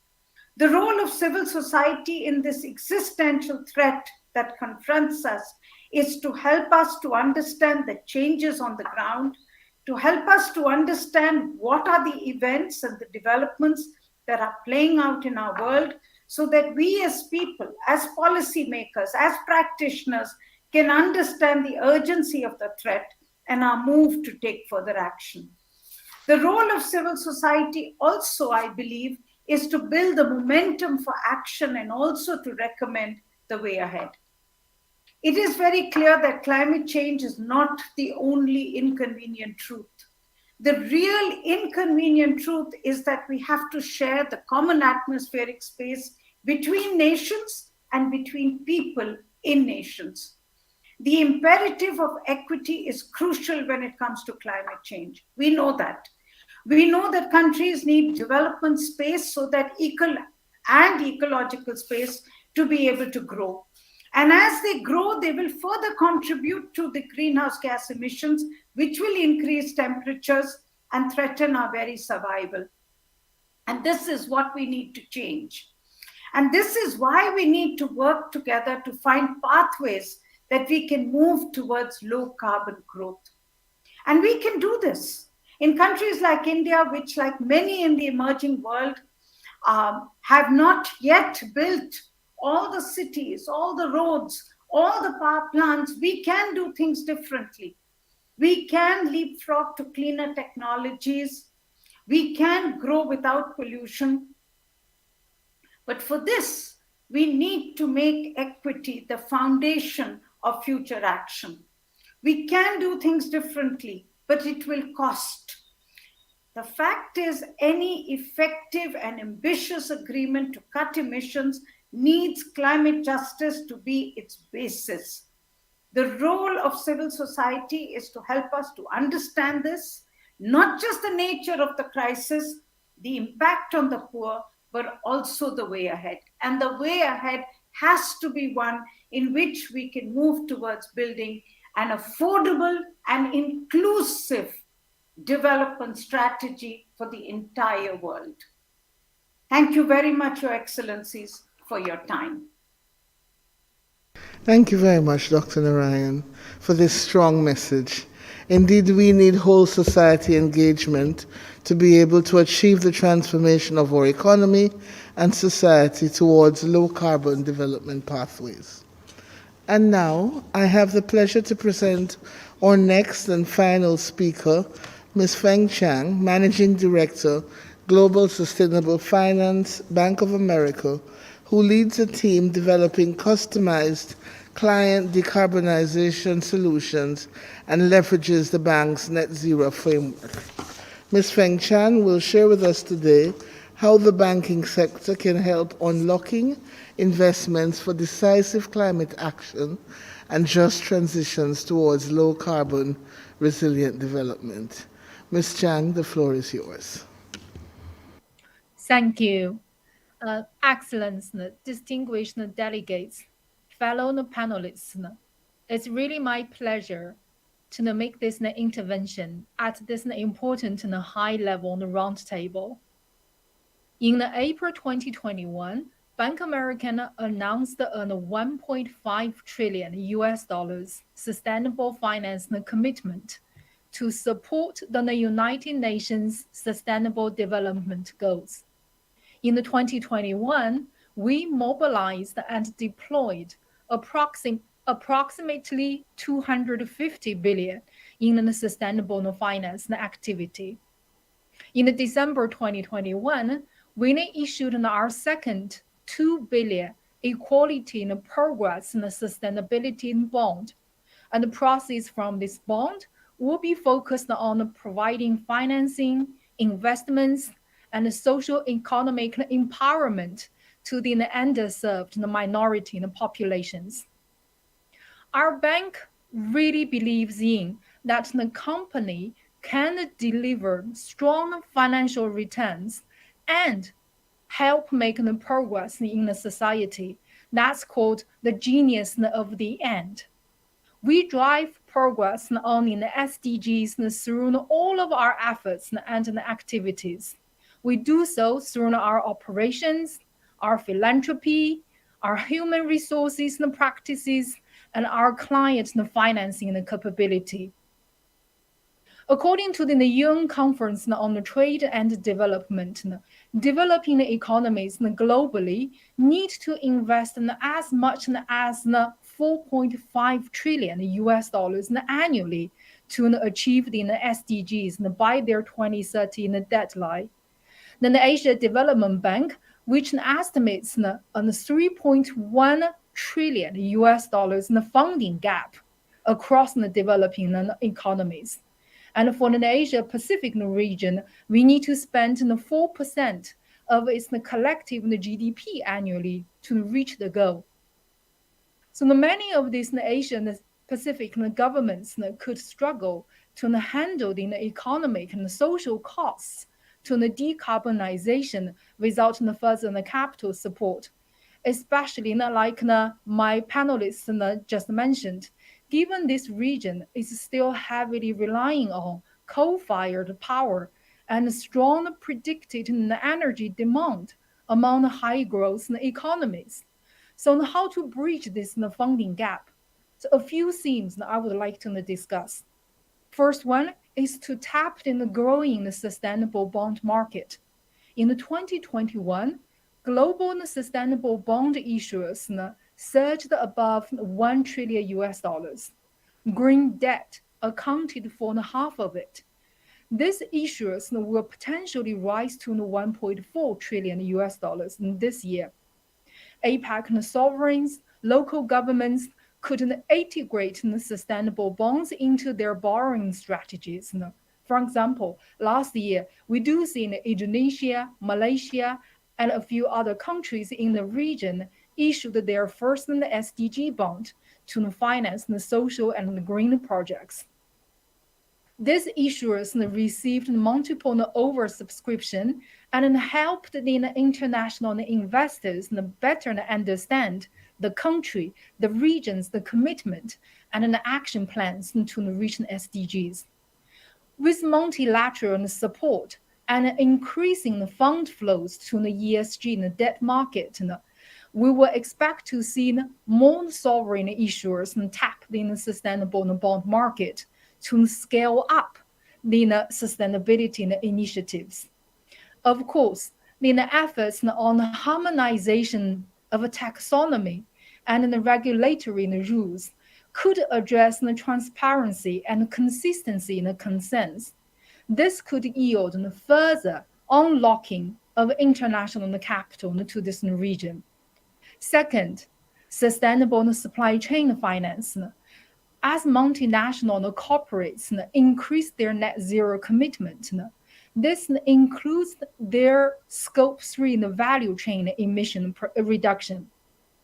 Providing the technology and capital to support the greening in the supply chain will create a more resilient ecosystem for future business. In the Bank American, we structure many programs for our clients to incentivize their suppliers to use the sustainable practice. And this program are further scaled up in the partnership with the development institutions. Lastly, let's remind ourselves of nature's role in our sustainable future. More capital is needed to protect and restore the power of nature, our ocean, forest, soil, to reduce carbon, build biodiversity, and regulate the climate. The World Economic Forum has estimated that a $10 trillion opportunity in terms of annual business value by 2030 from a nature positive transition. And some of those the biggest opportunities are in the Asia Pacific. Last year, ADB's first blue bond was issued to finance the ocean-related projects. And in the Asia Pacific, this much-needed funding gap calls for further collaboration between the private and public sectors to define policies and unlock the capital. I really thank you for this great event to get the policy and the industry and the practitioners together to call for the decisive climate actions toward our sustainable future. Thank you. Thank you, Ms. Feng Chang, for sharing these important financial innovations that banks can create to drive low-carbon transition and development pathways. With this, I would like to thank our distinguished speakers and high-level panelists who have shared with us their ideas and have inspired further climate action in the Asia-Pacific region. Now I hand over the meeting back to the chair. I thank Ms. Layton-Cohn for her brilliant leadership at Roundtable 3. Thank you very much, Madam. Before we move on to country deliberations on the theme topic, may I call upon the Secretary of the Commission to make some housekeeping announcements. Thank you, Chair.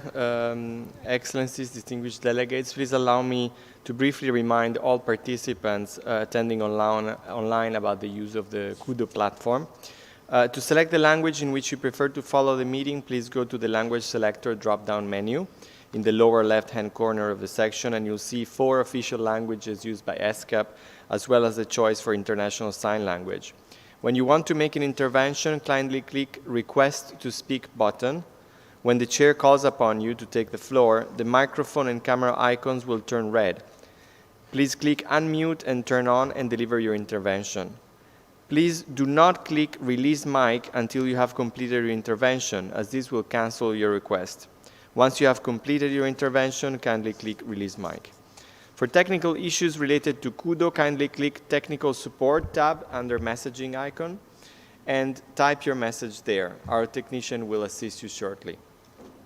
The Secretary will be monitoring the messaging in Kudo. However, we kindly request that all substantive questions or interventions be raised using the Request to Speak button only. And finally, to prevent echoes and interference, please stay on the floor language when you speak and ensure that all other devices connected to Kudo in the same room are turned off. I thank you, Chair. Thank you to the Secretariat. I will now open the floor for country statements. I would like to urge all speakers to adhere to the time limit of 3 minutes to ensure we can hear from all those participating. I also would like to remind delegations that in case of a longer statement, you may only deliver the summary version and provide the Secretariat with the full statement for sharing through the Commission website. Based on this request received, the Secretariat has prepared a tentative list of speakers. In order to maintain order and for delegations to be ready to take the floor, when I call on the speaker, I will also announce the 2 delegations next in line. Delegations in the room called upon to speak would speak from the podium, while delegations online would need to click the request to speak button on Kudo. Is this clear to all delegations? I now open the floor for more country statements. The first speaker in my list is Mr. Matthew Allen, First Secretary and Permanent Representative of New Zealand to ESCAP. Please, floor is yours.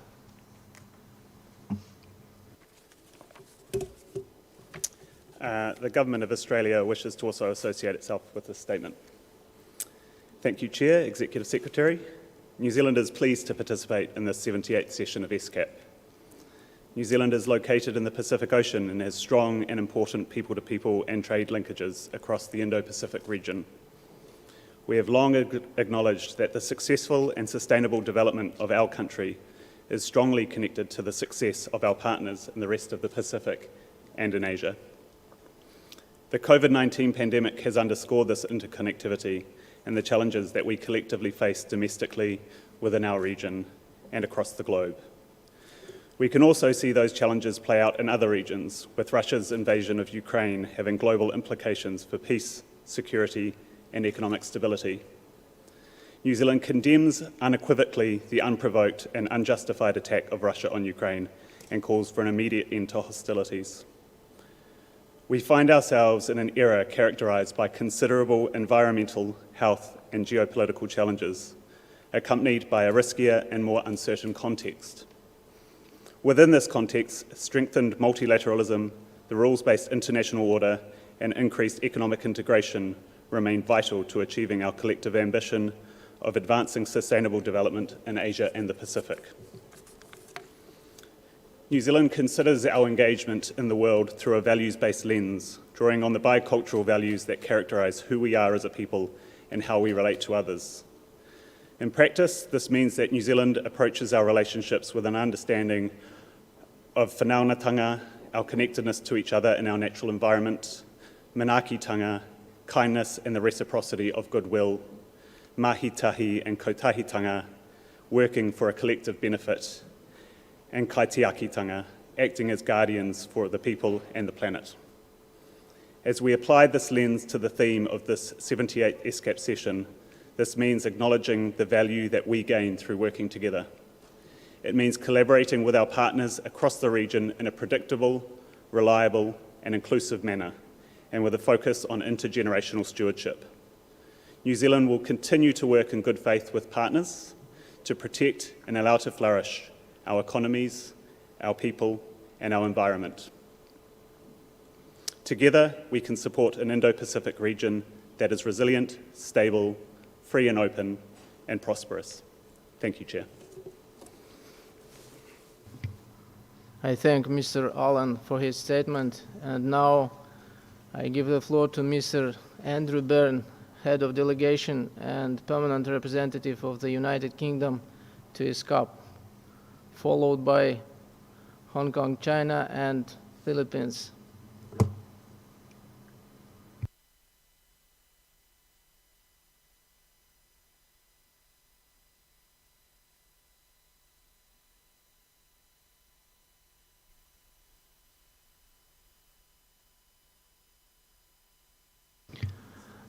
Please, could you please unmute your microphone, sir? We do not hear you. Let's try that again. Apologies. Multiple mute buttons. I hadn't realized they don't use Qdo normally. Thank you, Chair. Good afternoon, Executive Secretary. Good afternoon, Chair. Good afternoon, ladies and gentlemen. I'm sorry I can't be there in person today to deliver this statement, but the UK is very pleased to participate in this session of the Commission. Distinguished delegates, on behalf of the UK as the COP26 presidency, I wanted to discuss with you the challenge of climate change. Right now, the world faces a perfect storm of what would be individually devastating events, making global geopolitics incredibly challenging. We have endured a devastating pandemic, and now Russia has launched an illegal and brutal invasion of Ukraine. Although it is not my focus today, I wanted to note that the UK is clear that the invasion of Ukraine violates international law and the UN Charter. As a permanent member of the UN Security Council, Russia has a particular responsibility to uphold international peace and security. It has violated the borders of another country and has caused widespread suffering by its actions. The UK stands united with its partners in condemning Russia for this outrageous attack on Ukraine, which is a breach of international law. This invasion has created what the IMF has called a crisis on top of a crisis. At the same time, it has led to inflation rising and growth forecasts reducing globally. So the question for those of us concerned with climate change is, how do we tackle the crises of climate change at a time when international geopolitics are so complex?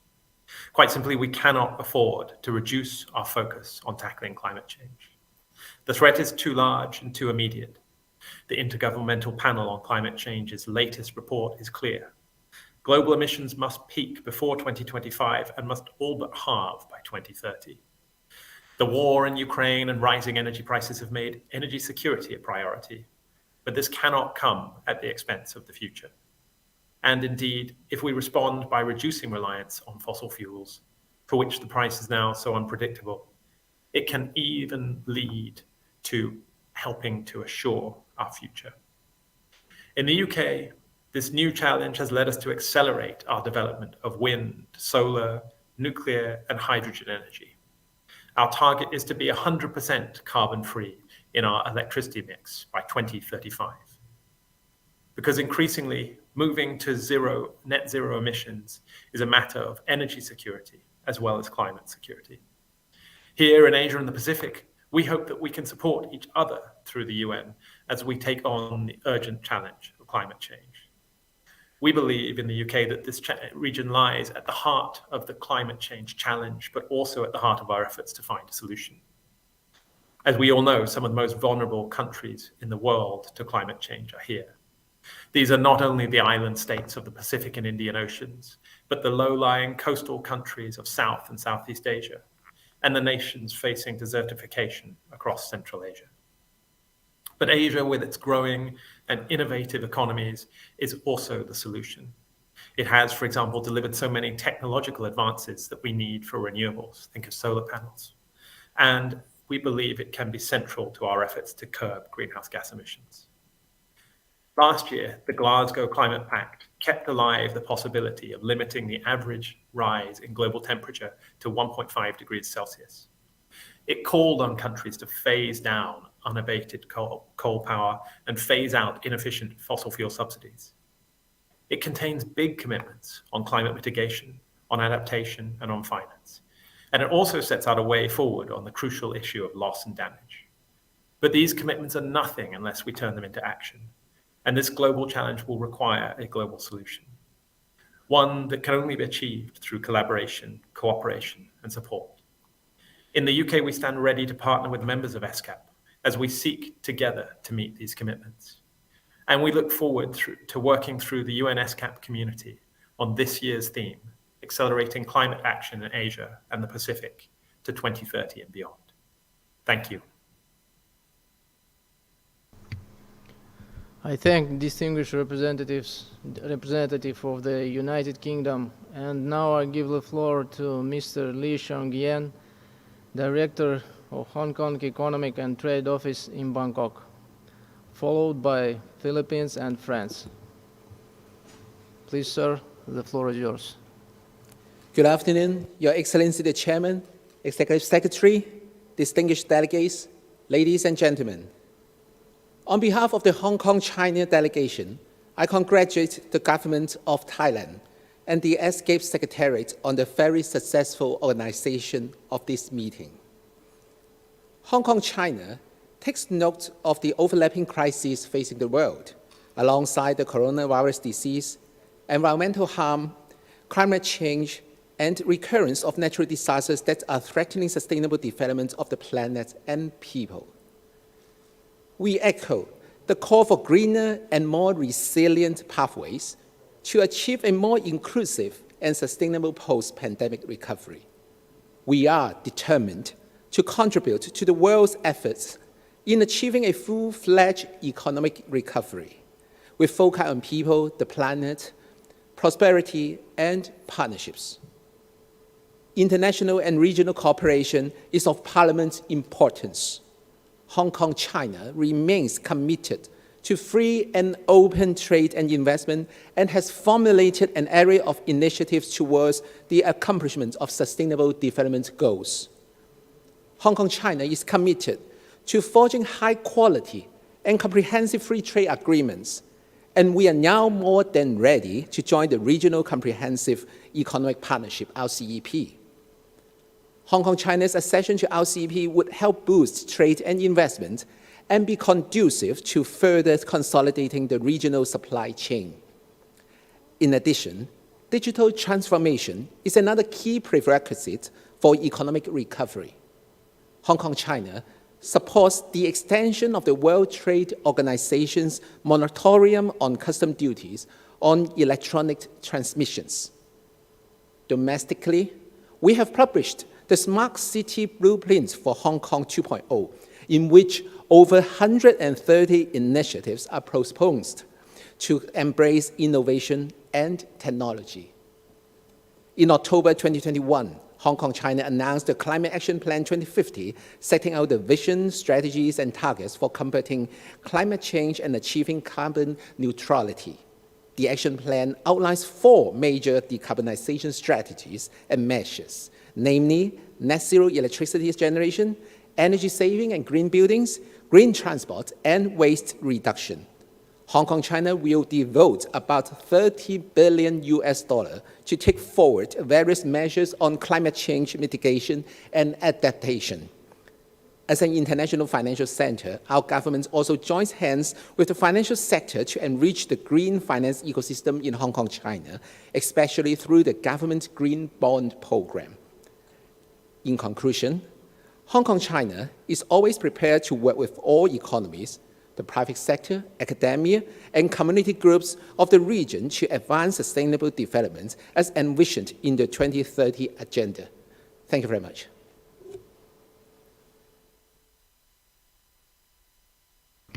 I thank distinguished representative of Hong Kong, China, and I now give the floor to His Excellency Mr. Lorenzo Galante, Ambassador Extraordinary and Plenipotentiary and Permanent Observer of Italy to ESCAP, followed by Philippines and France. The floor is yours, sir. Chair, Excellencies, distinguished delegates, Italy wishes to congratulate ESCAP on its vibrancy. At 75, ESCAP is a critical enabler in the achievement of SDGs across the Asia-Pacific region by fostering cooperation and partnerships and by providing a substantive knowledge base founded also on members' best practices.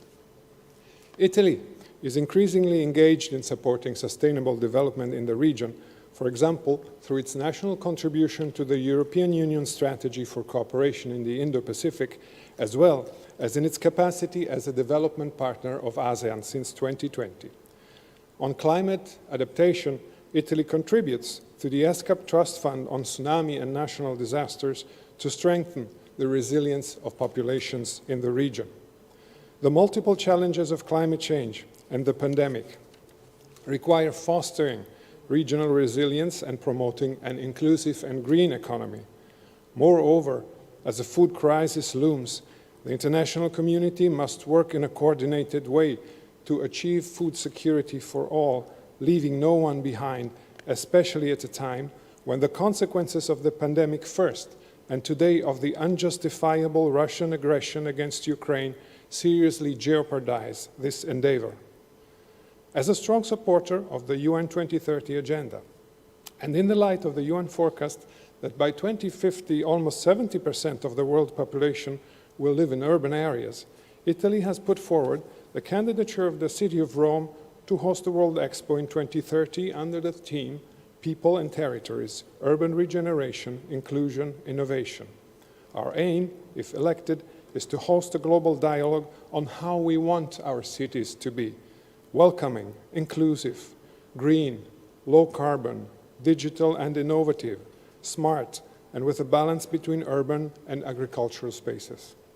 Rome, the eternal city, is in our vision the perfect place for this exchange, crucial also for the Asia-Pacific region. Thank you, Chair. I thank His Excellency Ambassador Gelante for his statement.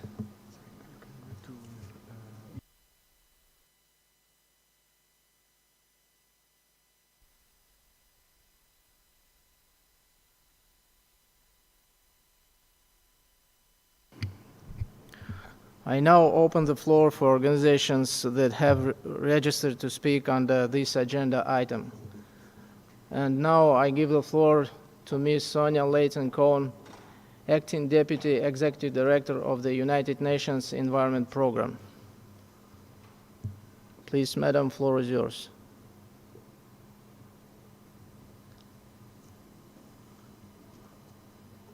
Followed by International Atomic Energy Agency.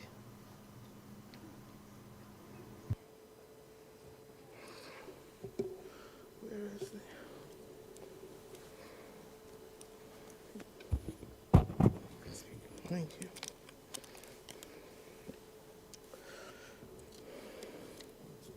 Distinguished participants, the planet is heating up at breakneck speed. We're already witnessing the devastating consequences, and these will get worse unless we act now. The numbers are deeply disturbing. GDP in the Asia and Pacific could decrease by as much as 3.3% by 2050 and 10% by 2100 without action. More than 500 million people in the Bay of Bengal alone are at risk from sea level rise. Hundreds of millions living in the region's coastal cities are also at risk. This is a humanitarian catastrophe waiting to happen. The Asia-Pacific region is extremely vulnerable to the impacts of the emergency. Without climate action, the region will suffer a sharp rise in poverty, hunger, and inequality. The Sustainable Development Goals will be nothing more than a dream of a better world.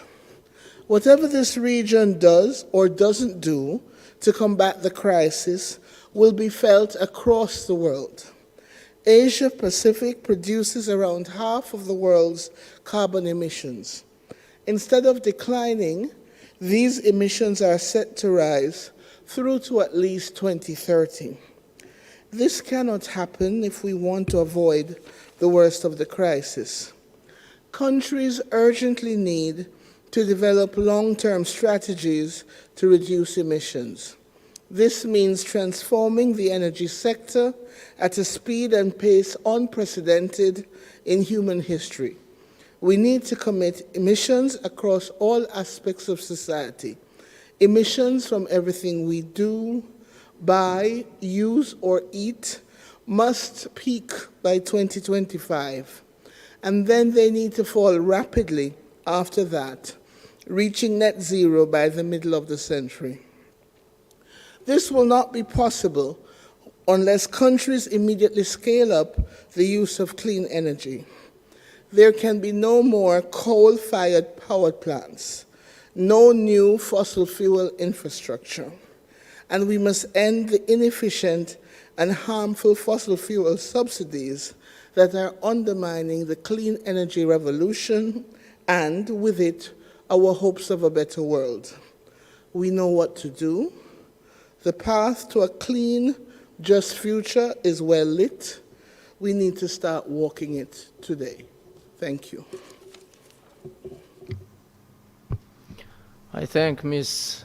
Leighton Cohen for her statement, and now I give the floor to distinguished representative of Philippines, Honorable Rosemary G. Edilon, Undersecretary of Policy and Planning Group, National Economic and Development, followed by International Atomic Energy Agency and the International Federation of Red Cross and Red Christian Societies.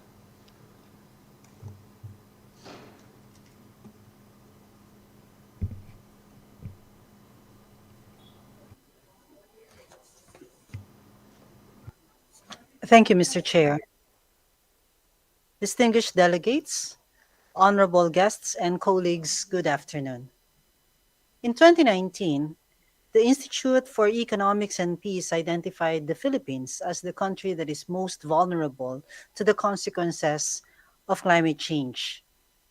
The adverse effects of climate change, such as heat waves, rising sea levels, and extreme weather conditions, do not only leave just a physical trail of destruction, but also an economic and social one. The Philippines is not the only country confronting this challenge, and the domino effect of climate change across the other sustainable development goals. Even the Asia Pacific region, of which the Philippines is a part, there's just so much at stake. The moment the Earth's climate hits the tipping point, then the consequences on the region will not only be crippling, but also disastrous for all life on Earth.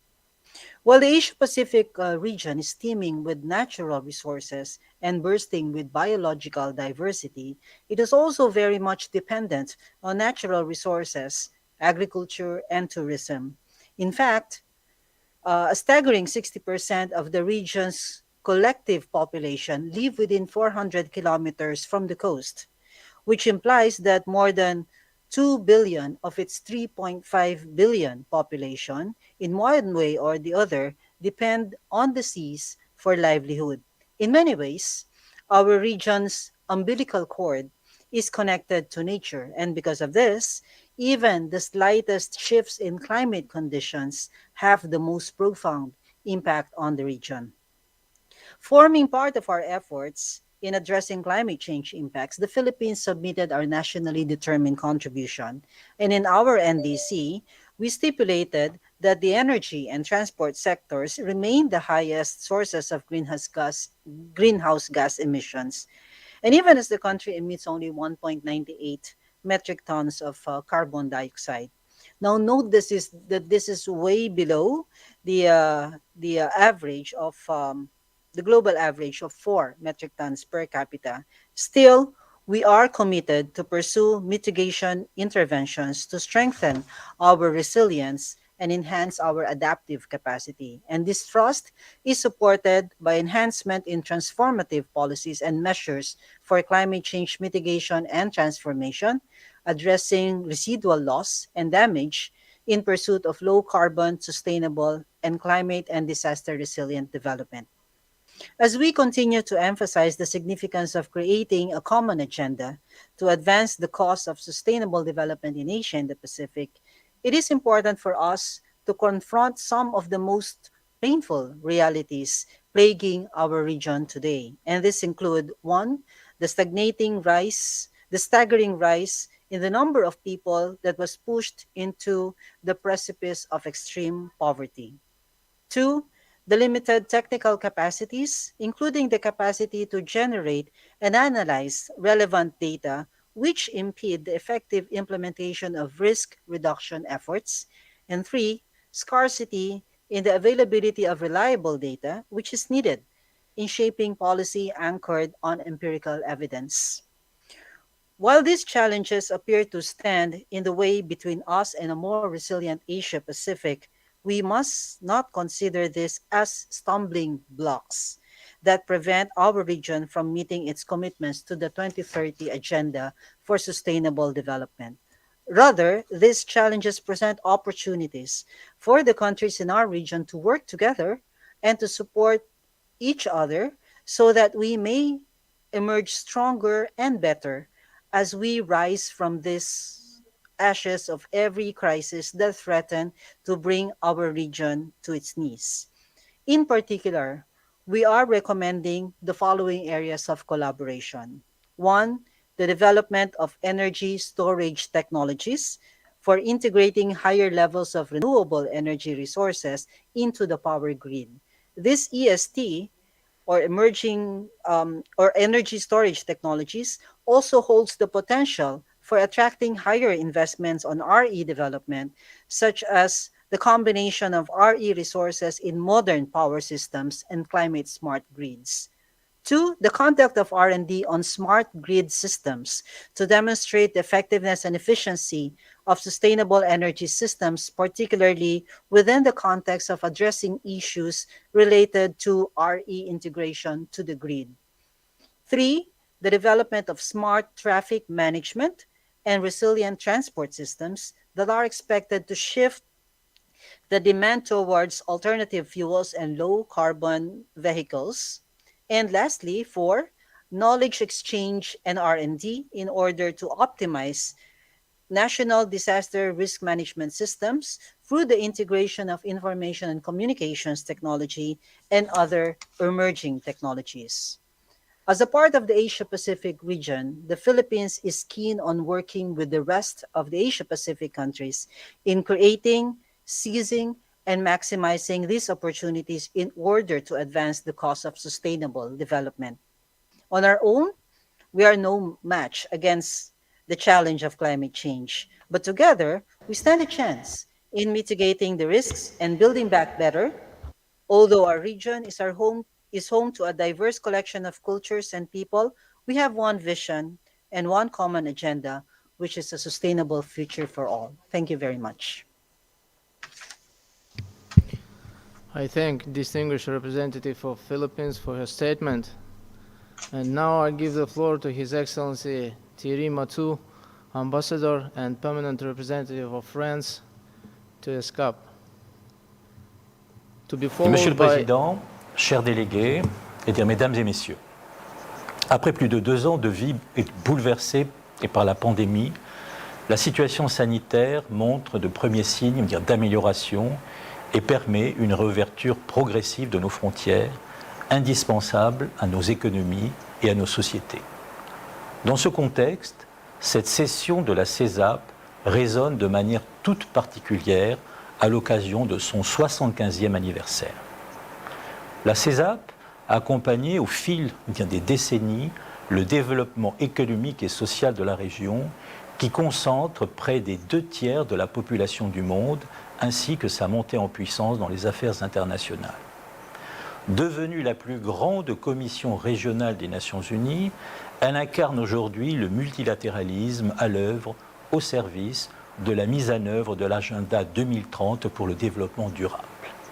À cet égard, la CESAP a attiré notre attention en mars dernier sur le fait qu'à ce stade, aucun des 17 ODD ne serait atteint dans la région d'ici à 2030, avec même une régression en matière de consommation et production responsable et d'action climatique. Cette situation doit nous inciter à redoubler d'efforts de coopération au sein de la région en faveur de la réalisation de cet agenda commun. La France entend apporter une contribution active par sa présence dans l'Indo-Pacifique au développement de toute cette région. Comme vous le savez, la France s'est dotée depuis 2018 d'une stratégie Indo-Pacifique particulièrement volontariste et ambitieuse.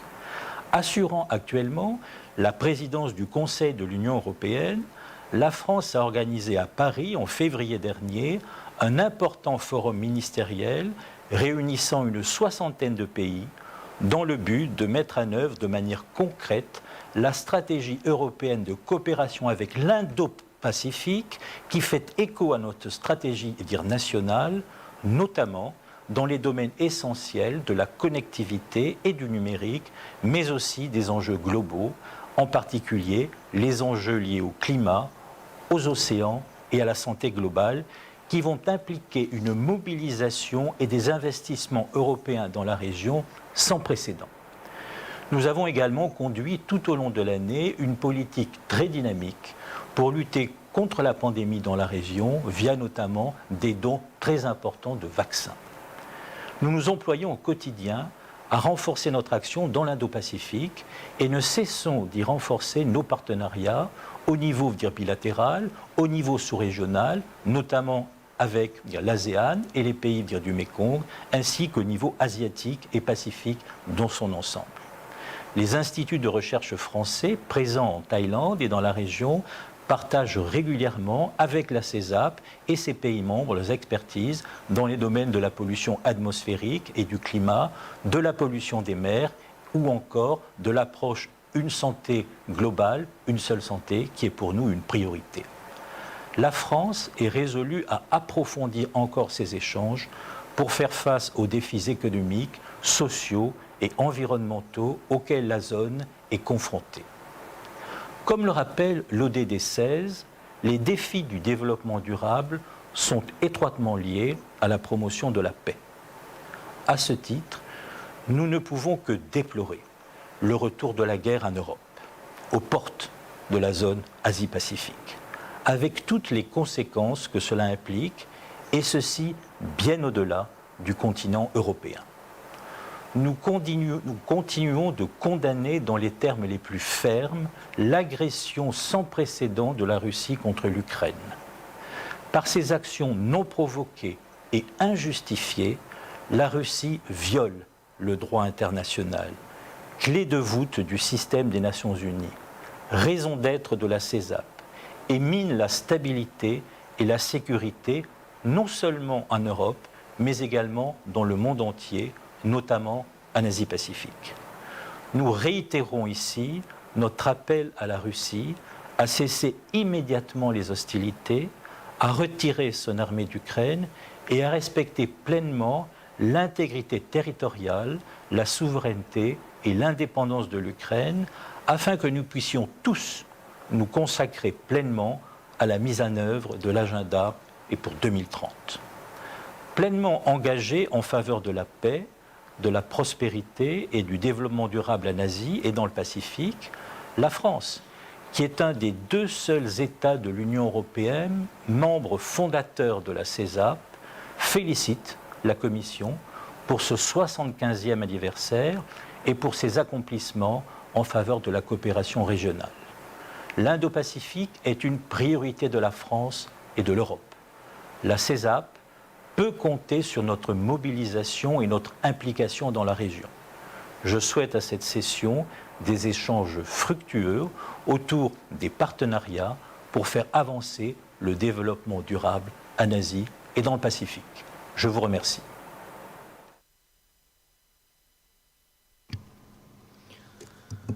I thank His Excellency Ambassador of France, and I give the floor to Ms. Jane Gerardo Abaya, Director of the Division for Asia and the Pacific, Department of Technical Cooperation of the International Atomic Energy Agency.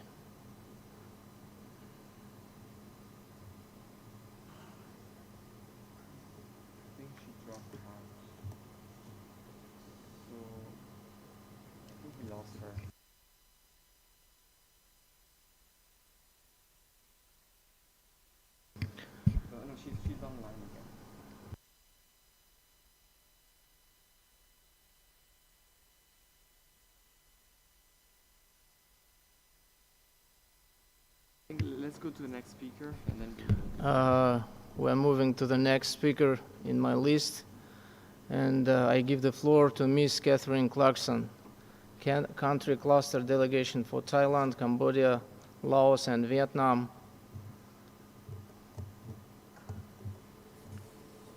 And representative to ESCAP of the International Federation of Red Cross and Red Crescent Societies. Please, Madam, floor is yours. Thank you, Chair. Your Excellencies, distinguished participants, I join the many honourable speakers before me to wish the Commission a happy birthday as it marks 75 years since its establishment, and take this opportunity to congratulate you for the many achievements during this time. As our region starts to recover from the widespread health and socioeconomic effects of the COVID-19 pandemic, people's coping capacities for dealing with new disasters and crises will be stretched. We need to learn the lessons from COVID-19 and be better able to support the most vulnerable people to deal with the impacts of complex climate-induced disasters. The International Federation of Red Cross and Red Crescent Societies, IFRC, with our national societies in each country and alongside our partners, are taking clear action. We are investing more in anticipatory action, whether it be anticipation of flooding, storms, heat waves, or in the early detection at the community level of disease outbreaks. We have a new early action protocol in Vietnam to respond faster to the effects of heat waves, the first we have developed globally. We are also increasing funding opportunities designed for this purpose, the Disaster Response Emergency Fund, or DREF, to support our members in these efforts. Thanks goes to all governments who are contributing to this fund. It is also high time to put the legal conditions in place to prepare for the next public health emergency, possibly the next pandemic. Our extensive research, including recently in collaboration with ASEAN Secretariat, has shown that in many cases, states were not legally prepared to manage public health emergencies. Laws, policies, and contingency plans were often outdated or inadequate. Furthermore, public health emergencies were, and still are, often regulated separately from other emergencies, even though the response to them is rather similar. But law and policy play a crucial role, enabling states of emergency to be declared, lockdowns to be imposed, determine who can lead, act, and fulfill specific roles, and the expedition of vaccine approvals and their administration. We have all the research, knowledge, and tools in place to act, and now is indeed the time to act. It is time to develop and review disaster laws and policies relevant to public health emergency preparedness and response, and to put in place coordination mechanisms between disaster risk management and public health actors. I would like to warmly invite you for more discussion on this topic. Please join the Ministry of Foreign Affairs of the Kingdom of Thailand and IFRC during a side event this Friday. Please let me conclude by thanking the Ministry of Foreign Affairs of the Kingdom of Thailand and ESCAP, as well as the governments and partners present here today, for their partnership in our joint efforts to build resilience against the multiple risks we face and leave no one behind in our efforts. Thank you. I thank Ms. Clarkson for her statement, and now I give the floor to Ms. Jane Gerardo Abaya, Director of the Division for Asia and the Pacific, Department of Technical Cooperation of the International Atomic Energy Agency.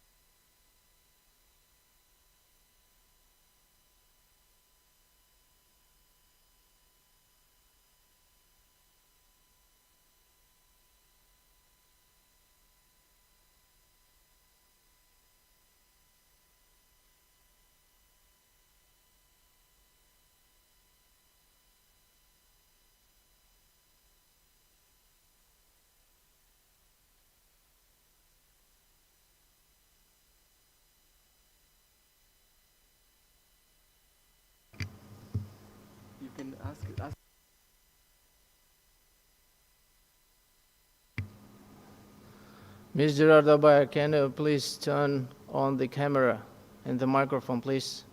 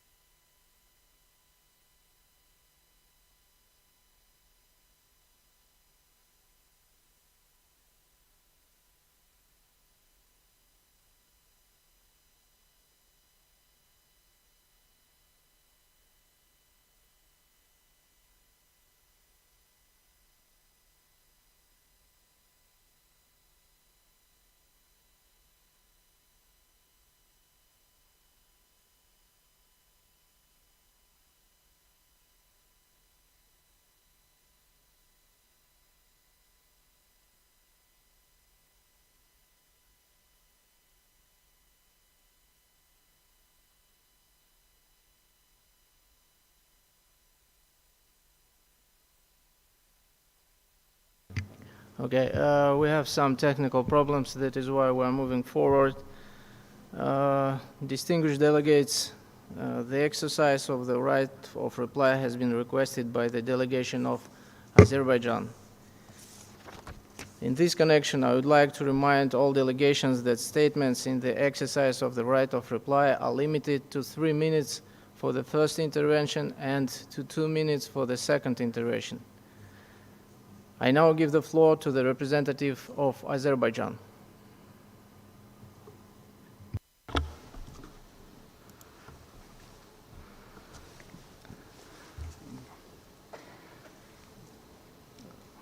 Sorry.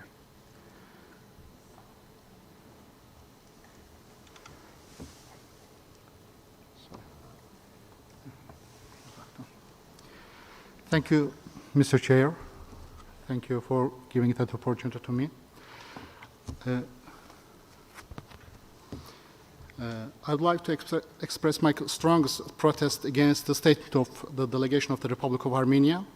This statement has become a yet failed attempt to deny the true facts and mislead the international community. First of all, I'd like to point out that the so-called Nagorno-Karabakh population is nothing to do with reality. Now, everywhere in the Republic of Azerbaijan, there is understanding of the citizen of the Republic of Azerbaijan. We have to accept this legal reality. This is included in the internal affairs of the Republic of Azerbaijan. I would also like to point out this important issue that Armenia has made its own important, so-called important contribution to sustainable development for years. Carrying out ecological terror in the occupied Azerbaijani territories has disregarded international law by killing millions of trees, poisoning rivers and streams, and destroying Azerbaijan's cultural heritage. It's indeed very difficult to relate activities of Armenia to the sustainable development goals. Despite warnings, Armenia continues to operate the old Soviet-built Metsamor nuclear power plant, which poses a huge and real threat to the entire region. In fact, Azerbaijan has seriously suffered from the devastating effects of the war unleashed against it by Armenia in the early 90s. A significant part of the southern territory of my country was seized and remained under occupation of Armenia for nearly 30 years. In its 4 resolutions in 1993, the UN Security Council explicitly condemned the use of force against Azerbaijan and the resulting occupation of its territories and demanded the immediate, complete, and unconditional withdrawal of Armenian occupying forces from all the occupied territories of Azerbaijan. In 2020, Azerbaijan fulfilled the resolutions of UN Security Council. Serious violations of international humanitarian law have been committed in the course of the occupation, resulting in the killing of tens of thousands of civilians and the ethnic cleansing of all occupied areas of more than 700,000 Azerbaijanis. Another act of aggression by Armenia in September 2020 became a logical consequence Point of order, Mr. Chair. Of the impunity that it enjoyed for 30 years. Armenia's armed attacks involved the use of military Mr. force Chair, against point the of order. densely You have to populated interrupt the Azerbaijani statement. cities far outside the theater of active hostilities, killing and wounding hundreds of civilians and destroying or damaging numerous civilian I'd like to remind objects. the distinguished representative of Azerbaijan that your statement should be limited by 3 minutes. You can use your second intervention for reply, please. Please. The end of 30-year-long conflict between Armenia and Azerbaijan provides a unique window of opportunities for effective regional cooperation in the South Caucasus. The way forward for sustainable social economic development in the Caucasus is to overcome a conflict legacy and embark on building mutually beneficial good neighborly relations in full respect for and compliance with universally agreed norms and principles of international law. Azerbaijan is confident that there is no alternative to the normalization of relations through the signing of peace treaty between the two countries based on mutual recognition and respect of each other's sovereignty and territorial integrity within their international recognized borders. Ensuring lasting peace, development, progress, and good neighborliness is the basis of Azerbaijan's vision for the future.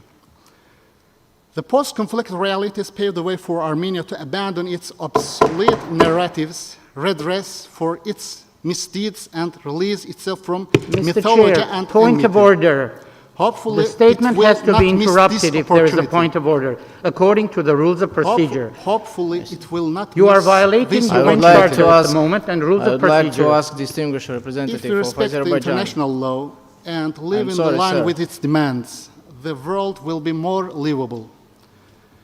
We diplomats should understand this fact better. We should proceed with the rules of procedure. I'm sorry, sir. Well, thank you very much. Thank you for giving that opportunity to me. Thank you. I thank distinguished representative of Azerbaijan, and I see that the delegation of Armenia is raising a flag and would like to exercise the right of reply. So the floor is yours, sir. Thank you, Mr. Chair. Thank you, Secretariat. First of all, I would like to make a protest regarding the statement that was made, which was full of lies. But most of all, it was a politicized statement, and it had nothing to do with what I have said. I urge the Secretariat and the Chair to dismiss this political statement that was just delivered by the representative of Azerbaijan, which had nothing to do and just had an intention of making the political points of the delegation. None of this was mentioned in my statement, and accordingly, this cannot be considered as a right of reply to what I have said. Moreover, whenever there is a delegation that is raising the flag for point of order, the statement, which has gone over 2 minutes, has to be interrupted immediately, and the statement has to be given to the representative that has raised the point of order. So there were so many violations in this couple of minutes here that I really urge the Secretariat to look into this and to refuse any politicized statements in this august chamber. Thank you. I thank distinguished representative of Armenia. And before giving the floor to distinguished representative of Azerbaijan, I would like to remind you that it's your second intervention and it should be limited to 2 minutes. Can I speak? I have to say that as a conclusion, I have to say that Nagorno-Karabakh population statement is nothing to do with peace, nothing to do with international law. It's integral. It is an internal issue. It's internal affairs of the Republic of Azerbaijan. All minorities living in the Republic of Azerbaijan are citizens of the Republic of Azerbaijan, and it's our internal affairs. Thank you very much. I thank distinguished representative of Azerbaijan, and I give the floor to distinguished representative of Armenia. Thank you. As mentioned earlier, this statement really had nothing to do with what I have said, because even if we go with the logic of the Azerbaijan representative, even if this is an internal affair, then why the people are being killed, why the Armenian population their rights are being violated, why their gas supply or electricity supply is being cut off by Azerbaijani authorities, why the Azerbaijani authorities have restricted the access of the roads to any of the Armenian population on their freedom of movement. But again, I call you, Mr. Chair, to dismiss this kind of political statements. All what I had is that no nation, in no part of the world, recognized or unrecognized, has to be left behind. This is our motto. No one should be left behind. Thank you.